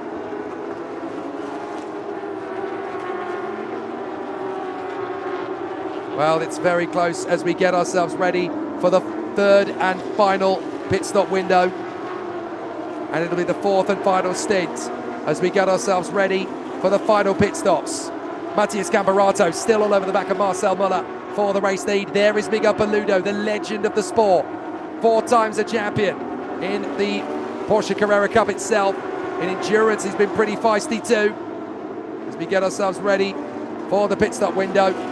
Miguel Paludo has 3 victories over his endurance career.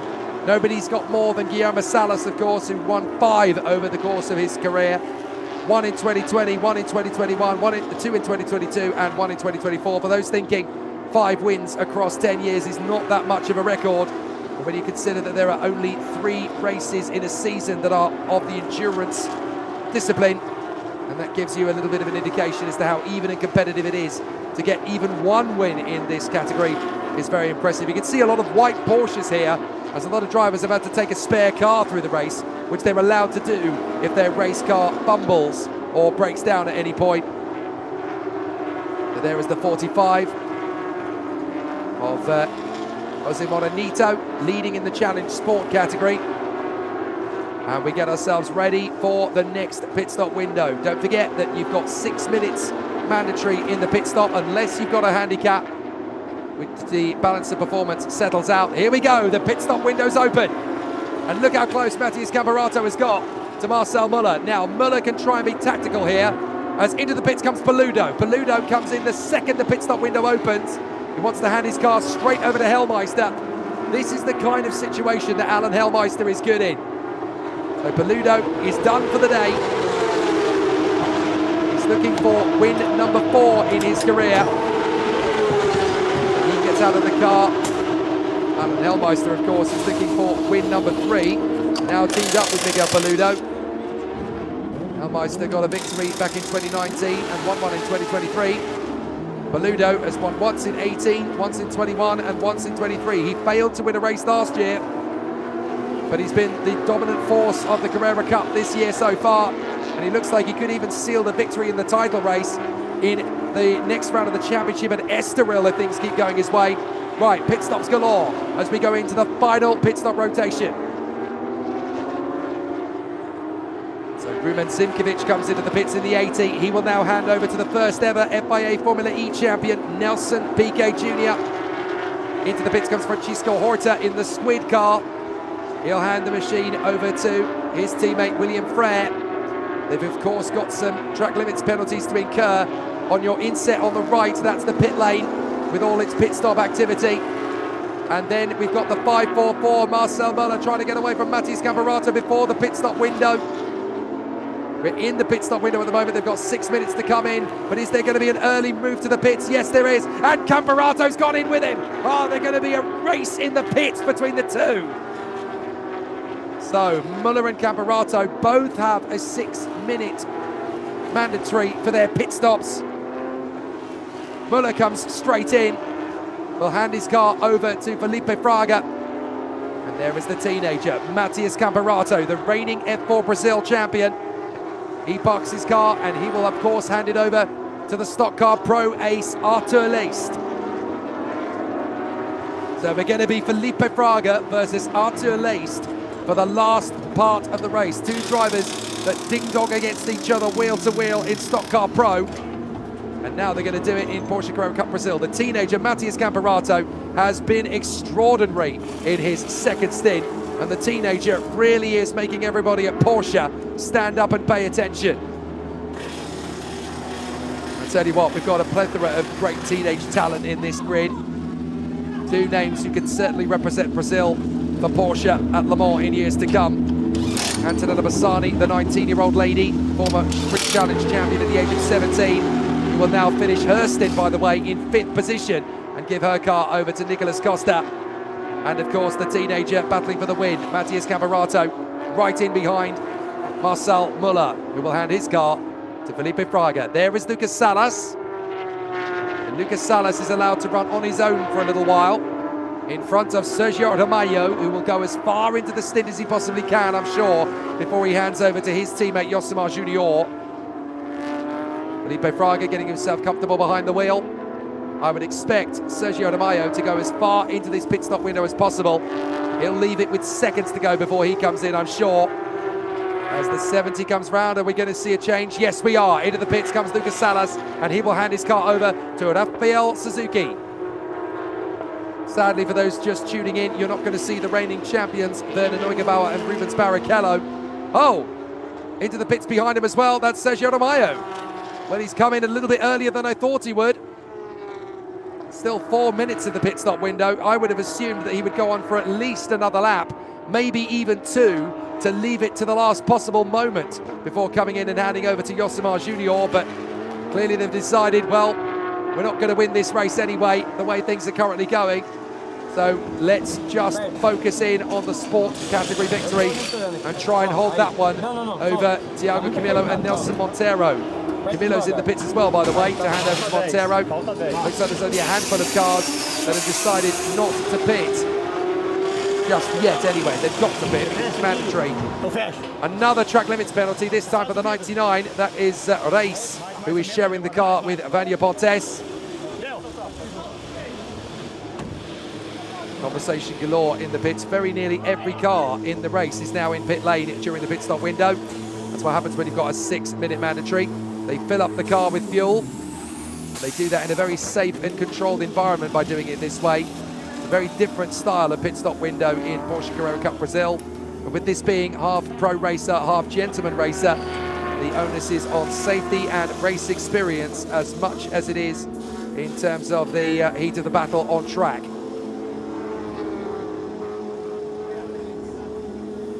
So fascinating to see how it continues.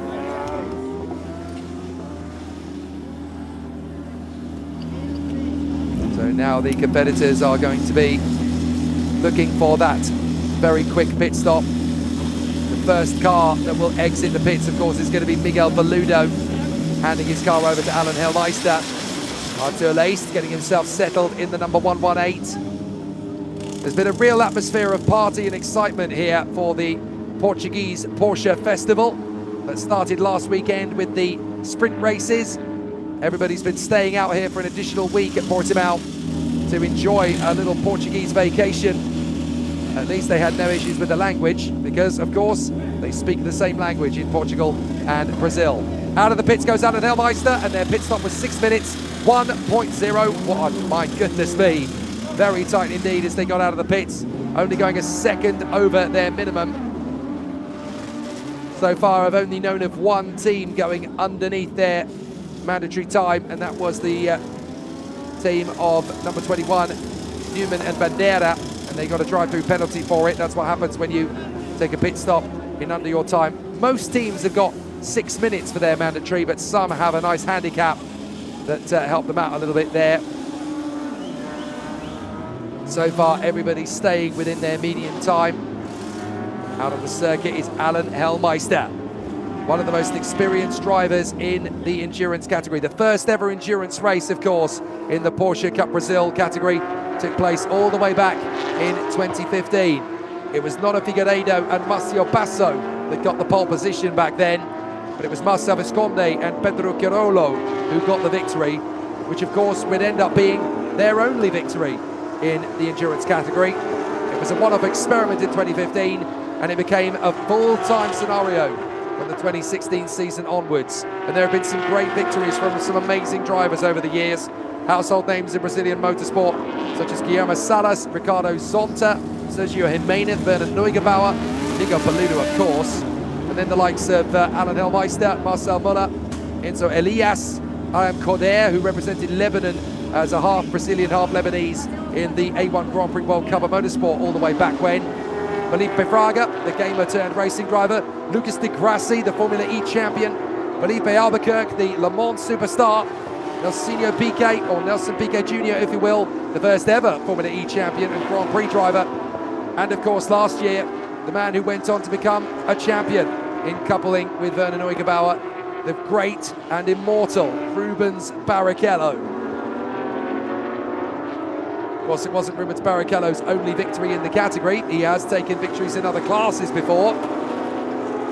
So too as the likes of Gabriel Casagrande and Tony Kanaan, the Indy 500 winner, has raced in this championship before. And so too, of course, several other contenders across the categories. There's also been podiums for the likes of Antonio Felix da Costa. The real celebration of great motorsport pedigree. We've even seen the likes of Antonio Pizzonia and Christian Fittipaldi come racing here in the years gone by. Always very exciting to see celebrity drivers popping in. So it's nice once again to see a guest appearance here from Nelson Piquet Jr. as we wait to see where the drivers are going to get out again in relation to each other.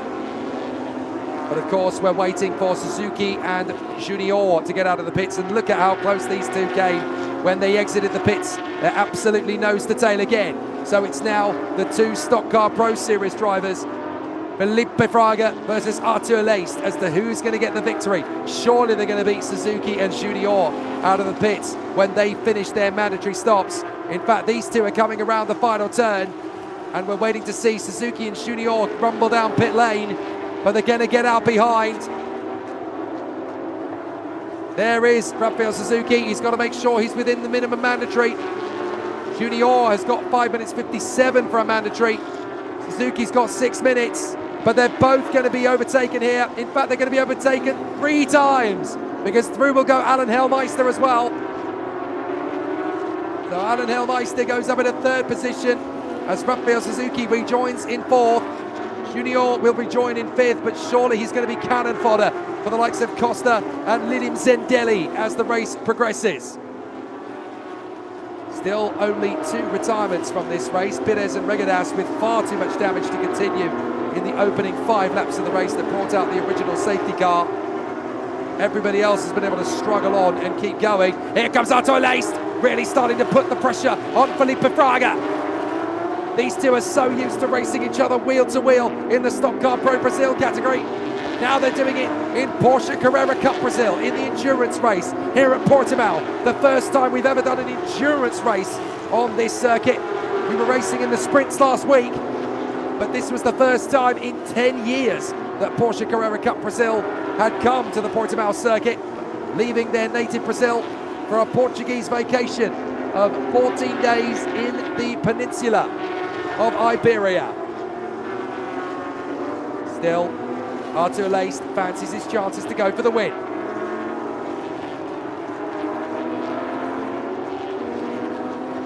Off the final turn, looking for that manoeuvre on Felipe Fraga. We've got 15 laps to go, 14 when they come across the line this time. It'll be 65 laps or 2.5 hours, whichever comes first, and I think it's going to be 65 laps that comes first. 14 laps to go as Arthur Leist ramps up the attack on Felipe Fraga, but don't count out Alan Hellmeister. He's only 2 seconds behind Leist. So 3 cars battling for the victory here. 147.8 for Fraga, 147.6 for Leist, 147.8 for Alan Hellmeister. They are so closely matched. These 3 cars are going to be the ones that will battle for the victory in the final 14 laps of this race, the 300 kilometers of Algarve. Jake Sanson here in the commentary box since the start of this epic race, and it really has seen a little bit of everything. We've had lead changes from Muller, from Paludo, from Camperato, from Salas, from Sergio Aramayo, and now all 5 cars are in the top 5 in a very different order to the way they started. Is there going to be some traffic now to cause an issue for Fraga? Oh, they got pinched at a rather awkward moment. I think Fraga just about got away with that one, so too did Arthur Leist. Alan Hellmeister doesn't want to get held up here as they drop down the crest. Racing drivers have often referred to Portimão as the roller coaster. And it really is exceptionally exciting to see what these guys can do. There's really not much in between these 3 at all, as our drone footage captures over the top of the second. Look how close Hellmeister is starting to get to reel in Arthur Leist in the 118 car. Fraga is your leader, Leist is second, Hellmeister is third, and this is going to be an absolute bout between these 3. There is your leader in the Fabian Patras car, number 544, Felipe Fraga, having taken over from Marcel Muller. He won here last week in Portimão in fantastic fashion in race 1. Miguel Mariotti, who got the job done in race 2, of course. He's decided to take a week off. He's not competing in the endurance category this year. Nor, sadly, are Rubens Barrichello or Werner Neugebauer, the 2 drivers who won the title together last year. Rubens Barrichello, having had another racing title after winning Stock Car Pro Brazil on 2 occasions, he's now giving his focus to that championship this year. Paludo has watched his teammate Alan Hellmeister take over the car, and Hellmeister is going quicker, 147.353. That's the best time that car has set all race. Felipe Fraga, by the way, has just done a 147.20. That's the best time they've set in the entire race. So Fraga is pushing now to try and get away from Arthur Leist and Alan Hellmeister. But there's less than 3 seconds covering these 3 cars. And Hellmeister is definitely going to be fighting for the victory in these closing 13 laps.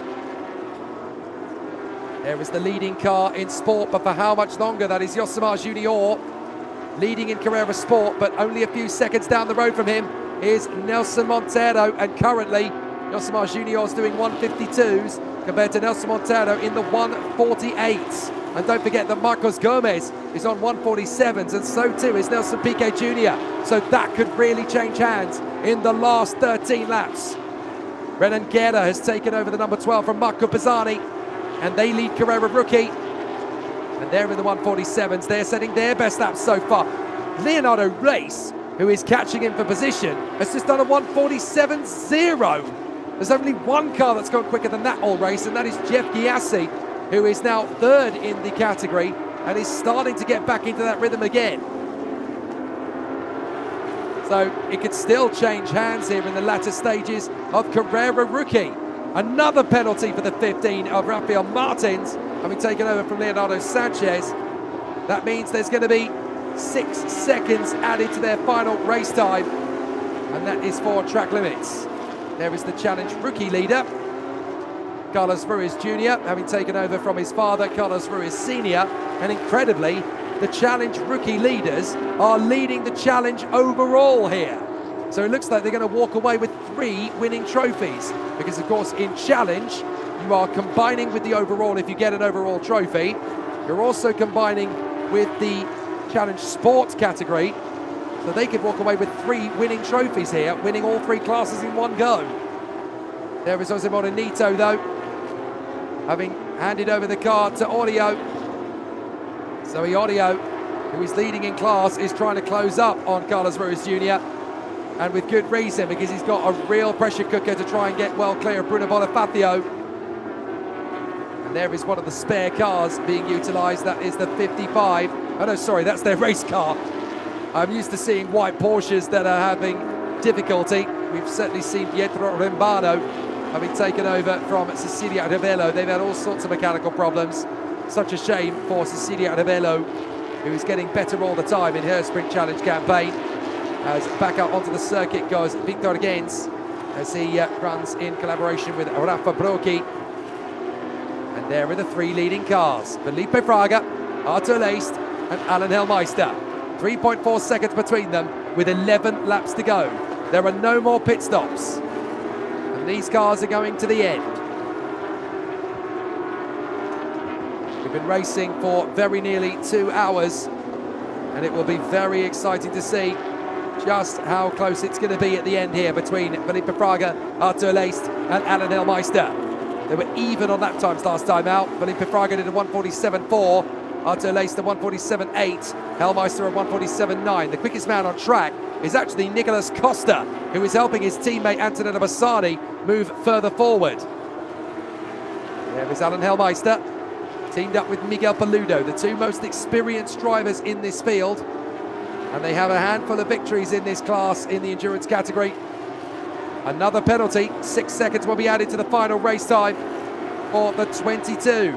That is very unfortunate indeed, but I'm afraid it is a penalty for Danilo Terani and Caio Castro. Endurance race is such a different race compared to what we see in the sprints, not just because of the slightly differing format, but because drivers who thought they were going to have a good time of it after their sprint campaigns, you've got the balance of performance, you've got the very difficult situation for the contenders out on the course, but they all have a very even run. So the 5:44 of Felipe Fraga leading the way here. We've got a lot of drivers going very quickly indeed. Another penalty for track limits, this time for the 77. That is William Flair and Francisco Horta. 6 seconds will be added to their final race time. So we could see a couple of changes of position as they cross the finish line, because obviously a few track limits penalties will be added. So now it's going to be a tight one. As we look further back, there is Rafael Suzuki, who has got well clear of this man, Nicolas Costa, but Nicolas Costa is going quicker than most of the drivers in front of him. Nicolas Costa sharing the car with Antonella Bassani, of course. Antonella Bassani, the talented teenage lady, 17 years of age when she won the Sprint Challenge 2 years ago. And now teaming up with Nicolas Costa, a multiple race winner in Porsche Carrera Cup Brazil over the years. So he is a perfect teammate for Antonella Bassani. Another penalty, this time for Pietro Rembano, who is teaming up with Cecilia Rebello. 6 seconds added to their race time for track limits. And then is Marcel Muller. Sorry, there is Felipe Fraga, I should say. Because Marcel Muller has handed the car over to his teammate. Felipe Fraga, Arthur Laced is even closer than he's been in previous laps. It looks as though Felipe Fraga's had a problem in the traffic. So Arthur Laced, who was 1.7 seconds back, he's lost about 0.8 of a second in second sector alone. And we've got a new fastest lap. It's Jeff Gyasi. Sorry, it's the same fastest lap. His last lap was a 1:49.1, so that graphic is rather misleading because their fastest lap is actually a 1:46.84. No other car has even been able to get into the 1:46s in this race. Just Jeff Gyasi in the 911. Down the straight, we've got traffic again for Felipe Fraga and Arthur Laced. This could make such a big difference. 9 laps to go here at Portimão in the 300 kilometers of Algarve. Still Felipe Fraga all over the back of the traffic, wants to make the dive, and he's not going to have a lot of help to do it. Fastest lap of the race then from Jeff Gyasi quite a while ago. That was back on lap 19, he set that, 1:46.840, with an average speed of 156.78 kilometers an hour. So just a push towards 100 miles an hour. But this is going to be tricky now for the leaders as they work their way through the traffic. They've just gone past Gonçalves, I think that is, in the treble 9. And the next car they'll want to put a lap on is Bruno Bonifacio. Well, fortunately, Gonçalves gets right out of the way of Arthur Laced by running onto the runoff area. But Arthur Laced wants to be careful there. That'll be track limits if he has not gone off the power. So Felipe Fraga leads the way in the Farben Petrus number 544. And there is Matthias Camperato. Meanwhile, in the traffic, Alan Hellmeister has actually lost a bit of ground here. He's lost 2 seconds now to Arthur Laced. So the gap between the top 3 is now about 3.5 seconds, roughly. Look back. There is the 7. There is the red car going through the shot of Alan Hellmeister. This is glorious camera work that you only get at Portimão. Absolutely fantastic images as we go round the final hairpin. And Felipe Fraga is trying desperately to get away from his main rival in this race now, Arthur Laced. 8 laps to go, just over 2 hours of racing. The car in front is Bruno Bonifacio, the number 2, sharing that car with Luis Souza. No worries at all for Felipe Fraga to lap him. What about Arthur Laced? Is he going to have an easy time of it? Yes, he is. No worries at all there from Bonifacio. Good work indeed from Bruno Bonifacio to spot the leaders coming through and not hold them up. Still, this race is going down to the wire. How many times have we seen this, though, in the Porsche Carrera Cup endurance race? How tight it is up at the sharp end of the dais. So, now we're going to run their gauntlet again as Marcel Muller and Matthias Camperato watch from the pits as their teammates Felipe Fraga and Arthur Laced continue the battle that they started in the 3rd stint. And Arthur Laced is really hampering up the tempo. Just 8 laps remaining here, and Arthur Laced fancies his chances of the victory. Don't forget that Marcel Muller and Felipe Fraga have not had their first rodeo today. They've had so many victories in the past in their various categories. Marcel Muller looking for endurance win number 3, and Felipe Fraga looking for his first endurance win since 2017. Matthias Camperato, of course, has never won in the endurance category before.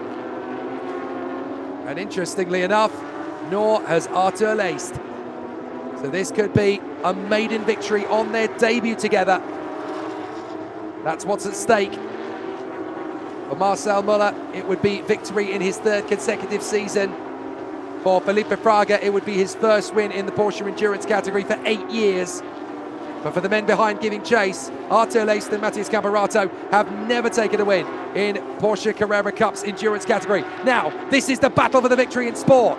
We've got Junior, Monteiro and Gomez, and a few seconds up the road, we've got Nelson Piquet Jr. closing in as well. So this is for the win in sport. 3 cars in it. There in the background is Piquet Jr. and he's bearing down on all of them. 148.0 from Gomez, 148.0 from Piquet Jr. as well. Side by side, there's the move from Marco Gomez in a second, past Nelson Monteiro. One more lap and he can get into the lead. Yosemar Jr. trying to hang on as he goes up over the top of the crest. But I'm sure that Marcos Gomez is going to make this move into the first corner, maybe. He might wait for turn 3, but this is the chance. Marcos Gomez trying to put Yosemar Jr. under pressure into turn 1. This is for the victory in the Sport Carrera category. Into turn 2.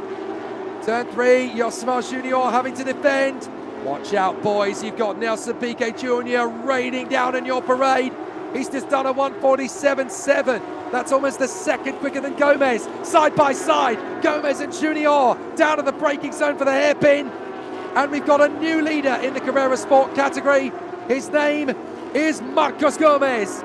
And Junior nearly leaves the door open there for Nelson Monteiro. Amazing work from our drone. Shoots through the trees and bounces up towards the hairpin. Gotta love the camera work in this category. It's some of the best in motorsport. So now we've got Gomez leading Junior, Monteiro, and there is Nelson Piquet Jr. in the background in the 80. Hello, boys, remember me? Piquet Jr. just dropped the hammer, 33.6 in the first sector. That's a second quicker than any of these guys in one sector. In the second sector, he's been mighty too. 34.4 compared to a 34.6, a 35.4 and a 35.3 from his drivers around him. Here's the move for the lead in Sport Carrera.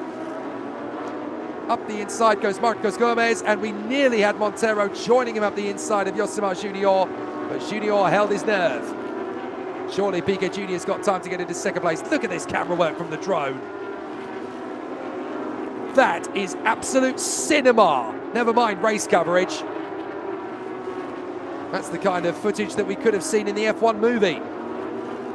And here is Arthur Laced running for the gauntlet for the lead in the overall race rankings. He's right on his tail. He's not even a car length behind Felipe Fraga now. 6 laps remaining. And Arthur Laced is leaving us all on the edge of our seats here, as Rafael Suzuki goes quicker than anybody in 4th place, trying to catch up to Alan Hillmeister. But he's got 9 seconds pretty much to make up. That's if he wants to get into 3rd position alone. We've got a great battle going on as well for the Rookie Carrera Cup battle, because Renan Guerra is being caught rapidly by Leonardo Lace. So that could change hands in the closing stages. And Jeff Giassi is also closing in. So there could be a real battle in Rookie. There's a great battle going on in Carrera Sport. There's a great battle in Carrera Rookie. And we're seeing this duel for the Carrera overall. Fraga and Laced go into the battle one more time. 5 laps to go here in Portimão. There's a penalty handed out for the 98. 12 seconds will be handed out at the end of their race then for track limits. And that is for Pietro Rembano, teammate to Cecilia Ravello. Qualifying laps needed now from Felipe Fraga and Arthur Laced. But essentially at the moment, these two are just trying to outfox and out-hoodwink their opponent. Up over the top of the crest and down the drop towards turn 5. Felipe Fraga versus Arthur Laced. These guys are implacable duelers in the world of Stock Car Pro. And that's another penalty then handed out to Vanier Pontes. 99 is given a penalty for 6 seconds added to their race time for track limits. Tough on the radio now to Felipe Fraga to try and stretch away from Arthur Laced, who is ramping up the attack. Wow, that's definitely going to be track limits if Arthur Laced isn't careful. You've got to keep your car on the straight and narrow. These two cars really pushing it. They want the victory. That's certainly going to be a warning, I think, for Arthur Laced. I don't know how many he's already had, but he's got to be careful he doesn't run the risk of getting a 3-second penalty for track limits. All it takes is one transgression too many, and suddenly you're getting a 3-second penalty for track limits to ruin your chances of victory. So Felipe Fraga's just got to take this nice and tidy in the closing stages. Meanwhile, Piquet Jr. has got into 2nd place in Carrera Sport, and now he's going to try and go after the race leader, Marcos Gomez. 3 seconds between them. So Nelson Piquet Jr. can go charging after Marcos Gomez to try and pick up the Sport Carrera victory, the Sport Rookie victory has now got Renan Guerra only 3 seconds ahead of Leandro Reis. So that could be a close battle to the end as well. And in the Challenge Sport category, Iorio has got ahead of Carlos Ruiz Jr., who was leading in the Challenge Rookie category overall in that class. So very surprising to see how tricky it's been for these contenders. But now we're going to get to see a real dogfight between these two to the closing stages. Artur Leist all over the back of Felipe Fraga. Still, they battle on in these last 4 laps of racing. One mistake from either driver and the other will pick up the benefit. Faster in the first sector, Artur Leist. They go up the top of the crest, up towards the timing line for the end of sector 2, and you can sense that Leist is just pushing ridiculously hard. He goes over the curve as well. Remember, 4 tyres off the road is track limits. 2 wheels on the track is okay, 4 wheels off it is not. You've got to be so careful. Artur Leist does not want to run the gauntlet on track limits. But the race officials will ping him if he's gained any time from doing it. Felipe Fraga still ahead of Artur Leist, but not by much. This is the battle for the victory after 2 hours and 12 minutes of racing. And now they're going to have 3 minutes to go. Who says an endurance race of over 2 hours with all identical cars is going to be just another humdrum race? No chance. The 300 kilometers of the Algarve is going to have us on the edge of our seats right to the end. 3 laps remaining then. And now Marcel Muller and Matthias Camperato are just spectators in the pits. And look at that, blinking in the distance, Annabelle Meister is trying to outfox Fraga and Leist into turn 1, hoping that they will spin off the road and get distracted. But no chance, he's now 5.5 seconds back, is Alan Helmeister. So surely he's only in the race for 3rd place with 3 laps to go. But has Artur Leist got anything else to respond with? Fraga has picked up the pace in sectors 2 and 3. We watch into the hairpin now to see just how quick Muller is able to stretch in front. How quick Fraga is able to stretch in front of Artur Leist. Another penalty going to the 99 of Vanya Pontes. That's now 6 seconds. Track limits penalty added to their time. That will be added to their race at the end of it. Oh, these two really pushing on. Fraga versus Leist. And again, Artur Leist runs right off the curb. Well, if he gets a track limits penalty, that is going to ruin his afternoon. With only 2.5 laps remaining. Got to be careful, got to be focused. And I think Artur Leist had to get off the throttle there a little bit to make sure he didn't get a penalty. It's if you run off the road and gain time for track limits. If you just come off the throttle and let the car roll back onto the road, you're not going to gain any time from that. So that should be okay. And indeed, in the second sector, Leist was actually 0.3 seconds slower than Fraga. So that's proof that they came off the throttle. That's not going to be a worry for track limits. Here comes Artur Leist out of the final hairpin, up and over the top of the crest. And he now has just 2 laps to run. As meanwhile, the Carrera Cup is going well, but so is the Challenge category. And the sport leader, Iorio, has managed to catch and pass Carlos Ruiz Jr. So he will take the overall Challenge victory, the way things currently stand. Don't forget, there's just 9 cars in Challenge this season. 3 of them in the sports category, 2 of them in the Challenge category, and 4 of them in the rookie category. We are a lap and a half away from the victory. Felipe Fraga is trying to stretch away from Artur Leist, who gains another 1/10 of a second in the first sector. Up the climb. One of the most spectacular race circuits in the world, this. I genuinely think that Portimão is the Iberian Nürburgring. Fascinating race battle. There's a bit of a twitch from the leader. And again, Artur Leist drifts off the road, but again, he's got to get off the throttle to avoid gaining time. So this is really tricky now. Both drivers are running the gauntlet and both of them are struggling for grip. So now it comes down to who's got the will.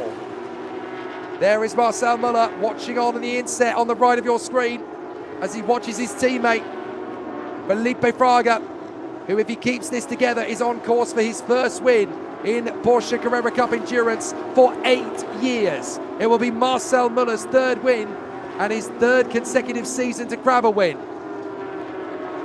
But if Laced and Campeonato can get ahead of these men, it will be their first ever victory in Porsche Endurance in Brazilian Championship Racing here in Portimão in Portugal. 1 lap to go. And now it's time to see if Autódromo Laced can put Felipe Fraga under pressure. Last lap. Elmeister is only 4.7 seconds back. It's not going to be enough to take the victory away. And Autódromo Laced is about 1.3 seconds back. I don't know if that's going to be enough to get back on terms, but we're on the final lap here. Autódromo Laced has worked so hard to get close to Felipe Fraga, but I think it's just that superior experience in the car that's really come to Felipe Fraga in the closing stages. Marcel Muller's had a miserable start to the season in 2025, but ever since he came to Portimão, it's been rosy as a dandy, and it looks as though he's going to take his second victory in as many weeks. He got a sprint race victory last week. Now he's going to do it in endurance. He got a race win in endurance in 23. He got one in 24. Now he's lining up to get one in 25. As long as his teammate Felipe Fraga can clean up the job on the final lap of this race. And for Felipe Fraga, this is going to be an emotional victory. He hasn't won in an endurance race in the Porsche Carrera Cup Brazil paddock for 8 years.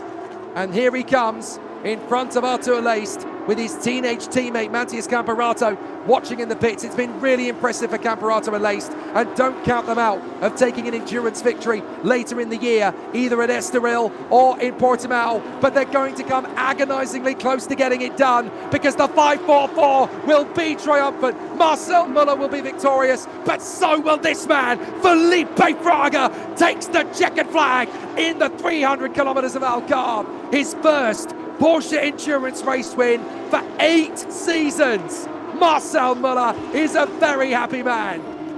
His third win in endurance and in his third consecutive year as well. Fantastic scenes down here in the pit lane at Portimão. The first visit to Portugal at the Portimão circuit for a decade in Porsche Carrera Cup Brazil. And it's a victory for Fraga and Muller.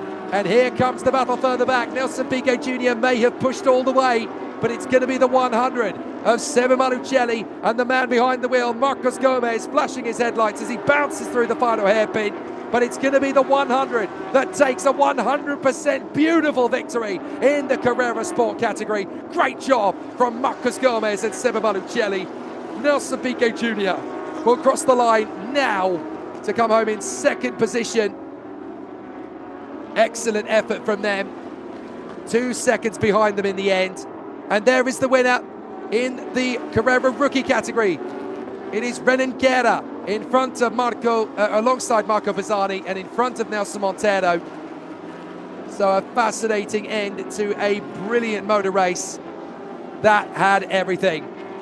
We're going to watch to see Iorio come through and take the victory in the challenge categories. And it'll be a challenge sport driver that gets the challenge victory overall. In 19th place in the race, but there are 2 disciplines, of course, in the Brazilian paddock, Porsche Carrera Cup and Porsche Sprint Challenge. There is the Carrera Sport winners, Marcos Gomez and Seba Malucelli.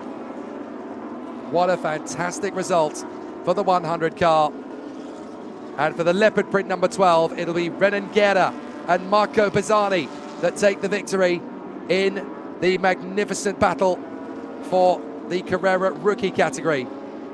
There is Tiago Vivacqua, who came home in 15th place. Over the top of the crest, we should see fairly shortly the number 12 car having come home as the winning car in the competition. But there is Nito and Iorio, the winners in the challenge category. They also win challenge sport, so it's a double trophy for the team. And they will finish in front of Carlos Ruiz Jr. and Carlos Ruiz. There is Renan Guerra in the leopard print Porsche number 12, teaming up with Marco Pisani. They take the victory in Carrera Rookie.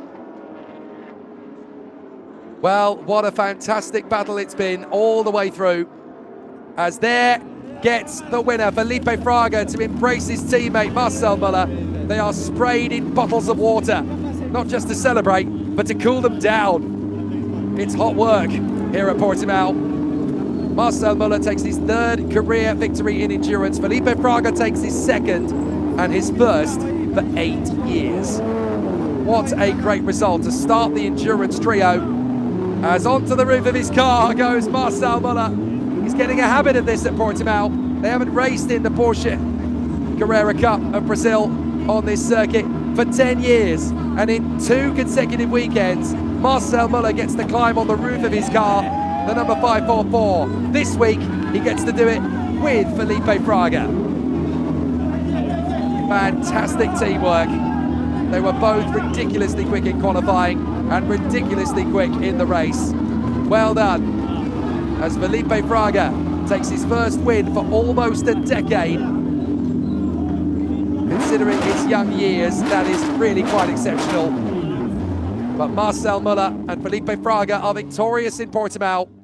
And who knows, next month at Estoril, they could have just another sensational charge.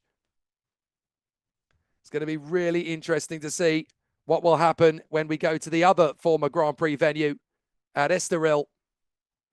And then, of course, we'll have an endurance weekend to finish the season off at the Autódromo Carlos Pache at Interlagos, the home of racing for Formula One in Brazil. And, of course, the home of the World Endurance Championship in Brazil as well. So we have multiple class winners, Felipe Fraga and Marcel Müller overall in the Carrera Cup. Marcos Gomez and Seba Manuccelli will be the winners in the Carrera Sport category. And then, of course, in Carrera Rookie, it'll be Renan Guerra and Marco Bizzani. And then in the Challenge category, it is Yorio and Nito who get the victory in the 45 car, ahead of Carlos Ruiz Jr. and Carlos Ruiz Sr., who got the victory in Challenge Rookie. But you've got to go all the way back to 30th place to find the 2 cars in Challenge. They will not even get on the podium this time. But Yorio and Nito are celebrating down in the pit lane as they take not only the Challenge Sport victory, but the Challenge victory overall.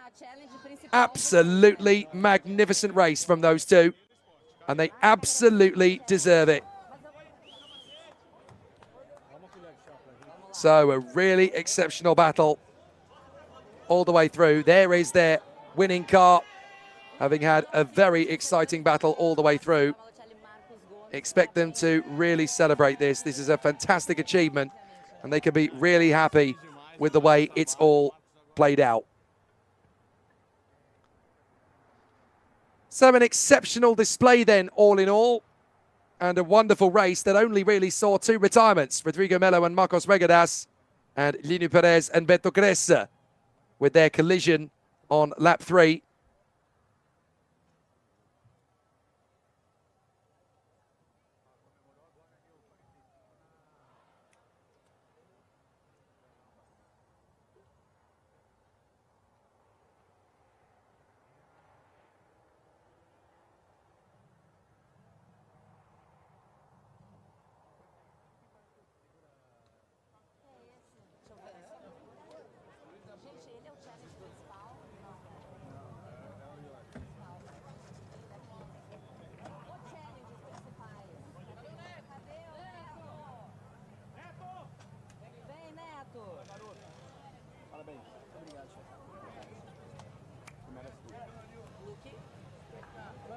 Well, apologies there, folks. I'm not entirely sure what happened on that particular one.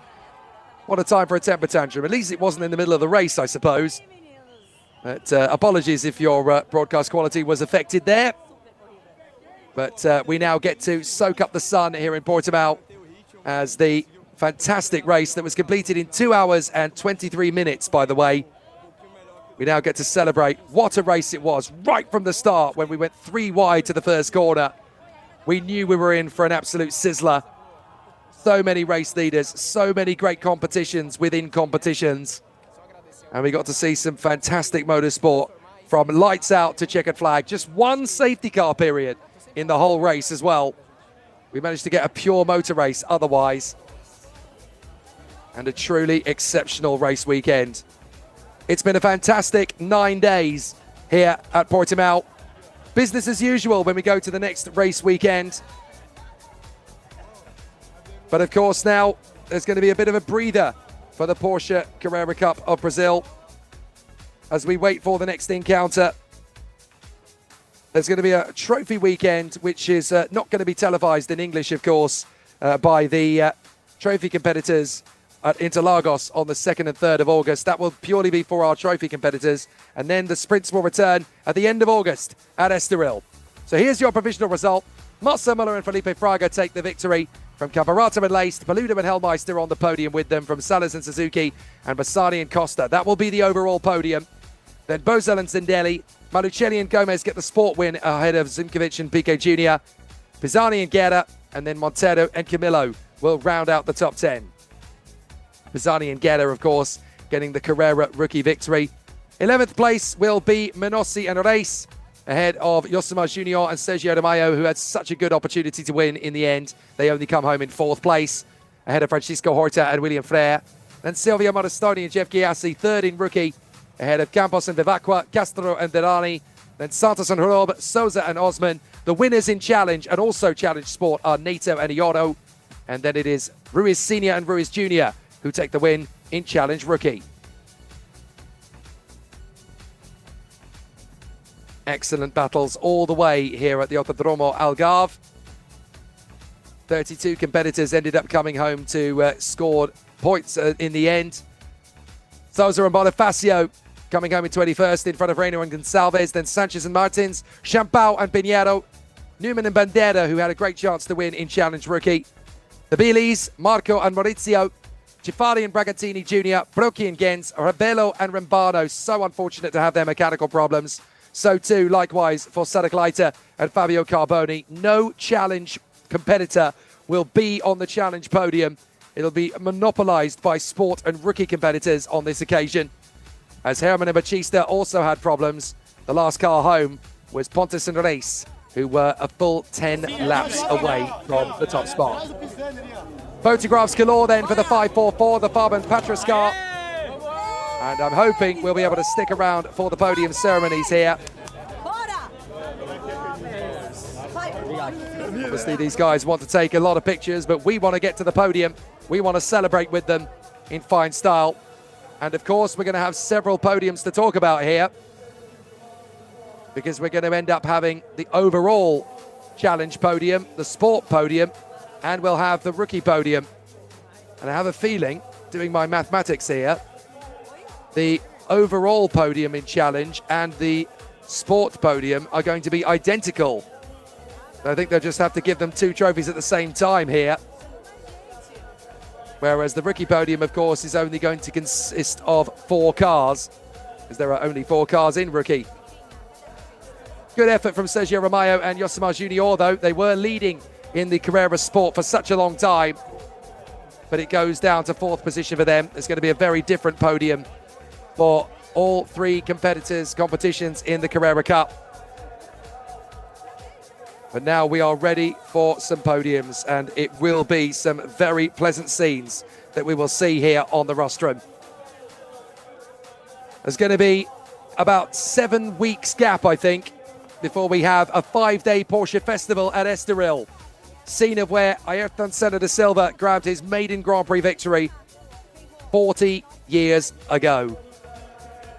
That's going to be a really nice little stat for our Brazilian Senna lovers to take going into that week at the end of August. Hopefully it'll be much sunnier conditions than we saw for that race 40 years ago in Formula One. Here we go then for the first of our podiums. It's Carrera Cup first, and the teams make their way to the rostrum. And a very exciting battle it has been here in the 300 kilometers of the Algarve, the first of our 3 endurance races in 2025 in Porsche Endurance Challenge Brazil. The 5th weekend of the 20th year of Porsche Cup racing in Brazil. So in 5th position then, the trophies go the way of Nicolas Costa and Antonella Bassani. They will raise their trophies first to the far right of your picture in P5. A fantastic result for the team. And of course, I'm fairly sure everybody will be spraying the champagne with gusto and determination, because all they've got to look forward to is a flight home and then 7 weeks before the next race event.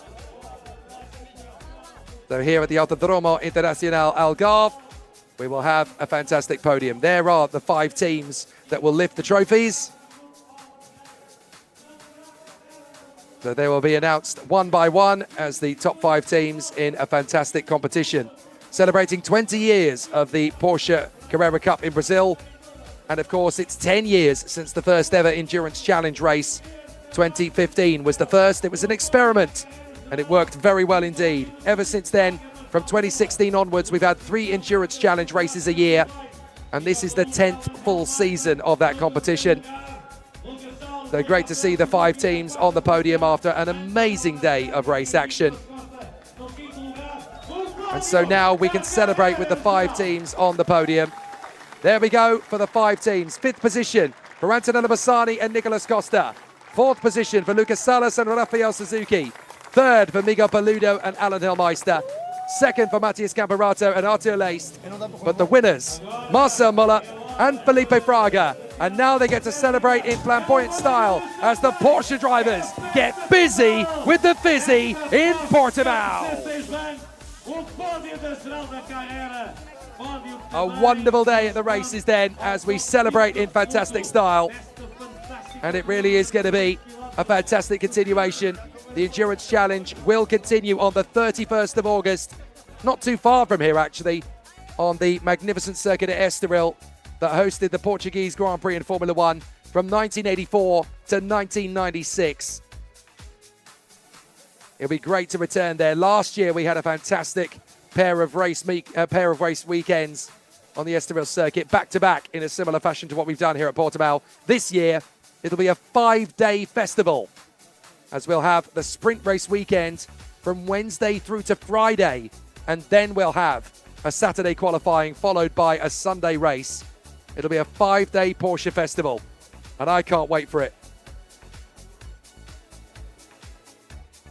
It'll be really exciting to see how everybody manages to make good use of the opportunity, with some great racing to be had.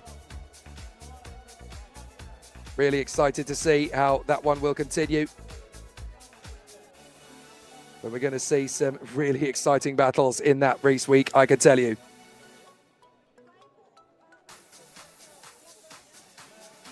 So now all of the contenders will give us plenty of excitement when we go to Portimão. Next time, hopefully that'll be next year. And we know that this place is absolutely perfect for Porsche racing. It was great last week in the sprint. It's been euphoric in the Endurance Challenge just a week later.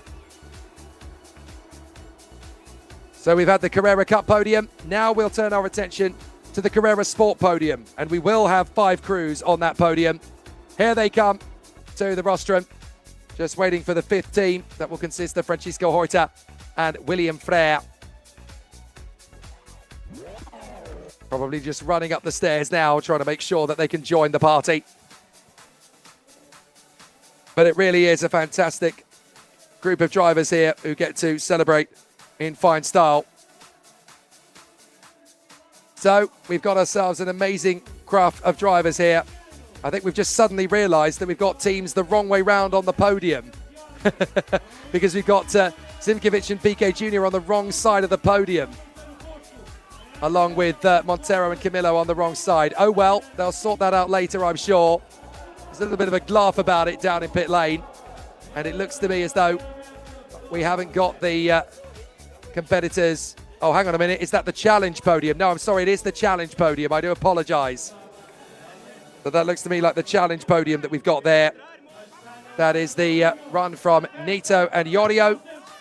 Ruiz Jr. and Senior are second on that podium. Sousa and Bonifacio are 4th. And then it is Reina and Gonçalves who are together in 4th position. But Yorio and Nito, who drove so beautifully to work their way into 4th position, they gave us such a fantastic run in the challenge overall category. So we end up with the overall categories first in Carrera Cup and then challenge. That's why I was confused. I do apologise.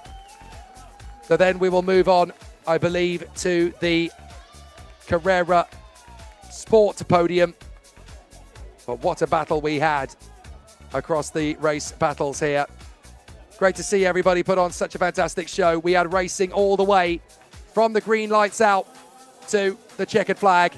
It's been absolutely exceptional all the way. Nail-biting racing down to the wire. Exactly what we were hoping to see here at Portimão. And it really has been a wonderful weekend of racing after what was already a fantastic weekend of racing last weekend. Marcel Müller takes a win in his third consecutive season of winning races in the Endurance Challenge. He now has 3 wins, 1 in 23, 1 in 24, and 1 in 25. And his young teammate Felipe Fraga takes his first win for 8 seasons. His last win was all the way back in 2017. Now we're going to get the Carrera Sport podium and the 5 teams that will grace the steps here at Portimão. 5th position for Francisco Horta and William Frère. 4th position for Josimar Junior and Sergio Aramayo. 3rd position for Nelson Monteiro and Thiago Camilo. 2nd position for Roman Simkovic and Nelson Piquet Jr. And the top spot of the podium, Marcos Gomez and Seba Malucelli. So the Carrera Sport podium will see the 5 crews lift their trophies aloft and celebrate in style. What a joyous podium it is in Carrera Sport. They finished 7th, 8th, 10th, 12th and 13th overall after 2 hours and 23 minutes of epic racing. And now Carrera Sport can celebrate in style here in Portimão. Great performance from our drivers. Nelson Piquet Jr. finished just 2 seconds behind the race winners, Seba Malucelli and Marcos Gomez in the end. He did such a good job to catch up to Marcos Gomez. If he'd had 2 more laps, I think they might have taken the victory. But it's Seba Malucelli and Marcos Gomez in the Travel X 100 car. 100% perfect in the end after a very tough race battle all the way. And that's what it meant to the team. Do right, guys. Celebrate in style. You've got 7 weeks to enjoy the Portuguese sunshine. Some people may well stay here to have a little bit of time off and some R&R. Others have got businesses to get back to in the morning back home in Brazil. And thanks to the time difference, they'll have a little bit of time to sleep off the jet lag before they hit the boardroom tomorrow morning.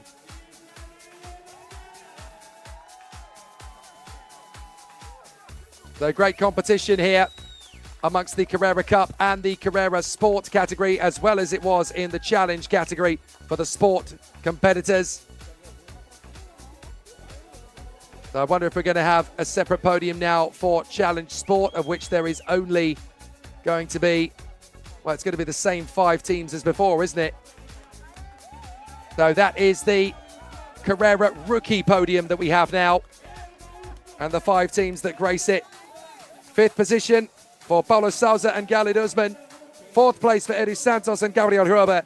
3rd place for Silvio Moristoni and Jeff Chiassi. 2nd place for Eduardo Menossi and Leonardo Reis. And then on the top of the podium, Renan Guerra and Marco Pisani. The leopard print Porsche number 12, victorious in Carrera Rookie. Great race in that category as well. All 3 classes have been absolutely sensational. And we've had plenty of great duels round and up and down the course. So much entertainment across the categories. I think we may be set for one final podium here, which I think is going to be in Challenge Rookie. If that is not the case, and we are done for podiums, then we can certainly say what an amazing time that we have had here at the Autódromo Internacional Algarve. The first time we visited this circuit for 12 years. The sprint races last week were victorious campaigns in the Carrera Cup for Marcel Müller and Miguel Mariotti. And now we get to celebrate in fantastic style with the competitors in the endurance ranks, as the overall victory has gone in fantastic fashion to the very talented Marcel Müller and Felipe Fraga. And of course, the victories in the challenge category last weekend were a very fantastic duel between the competitors as well. We got to see some really exciting competition as Caio Chavez took a victory on 2 occasions in the Sprint Challenge, with class victories for Cecilia Rebello and Jose Morenito in Challenge Sport, and in Challenge Rookie, a pair of wins for Daniel Newman. And now we go to the Sport podium in Challenge. It's a double victory for Nito and Iorio. So excellent display and a great performance from the teams there on the podium. Another second place for Ruiz and Ruiz Jr. Souza and Bonifacio are next up. Then Reina and Gonçalves and Newman and Bandera are the 5th team on the rostrum. So that is the podium in the Challenge Sport category. And there will be one final podium, I do believe, in Challenge Rookie. And that will see just 4 teams climb the rostrum because there were only 4 teams entered. So certainly plenty of smiles and celebration here. The last 9 days really have been amazing, but Jose Morenito and Matthias Iorio have taken not just a victory in Challenge Sport, but in Challenge Total. That's a lot of silverware for them to take back with them to Brazil. And of course, when this team combines up again at Estoril, they'll be hoping to do very much the same thing. Going to be very exciting to see if they can do the double of Portuguese race victories in the endurance. It's so rare that we get one team taking victories on 2 occasions in the category. In fact, looking over time, the last time it's ever happened was in the overall category in endurance in 2022, when the combination of Guillermo Salas and Alsu Feldman got to win 2 times in 1 year. That's the only time in the history of the competition that it's ever happened, certainly in the Carrera Cup. In sport, it's happened on a few more occasions. Obviously, the record is all 3 wins taken by Lucas Seriperi and Alan Hellmeister back in 2019. Fran Lara and Guillermo Salas were the last ones to get 2 wins in a season in the sport category of Carrera Cup. That was back in 2021. There is the final podium. And yes, indeed, it is the Challenge Rookie podium that will see Ruiz Jr. and Ruiz Sr. on the top step, from Reina and Gonçalves, Newman and Bandera, and then Brocchi and Gens in P4.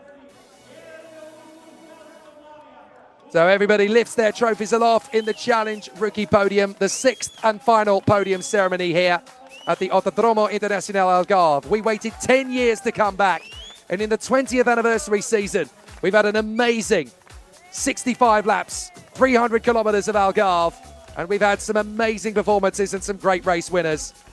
But one thing we can say for definite is that the real winner is the Autódromo Internacional Algarve. This circuit is just sublime for the Porsche Carrera Cup Brazil and the Porsche Endurance Challenge Brazil. Please, can we put it on the calendar again for 2026? This place is designed for this stuff.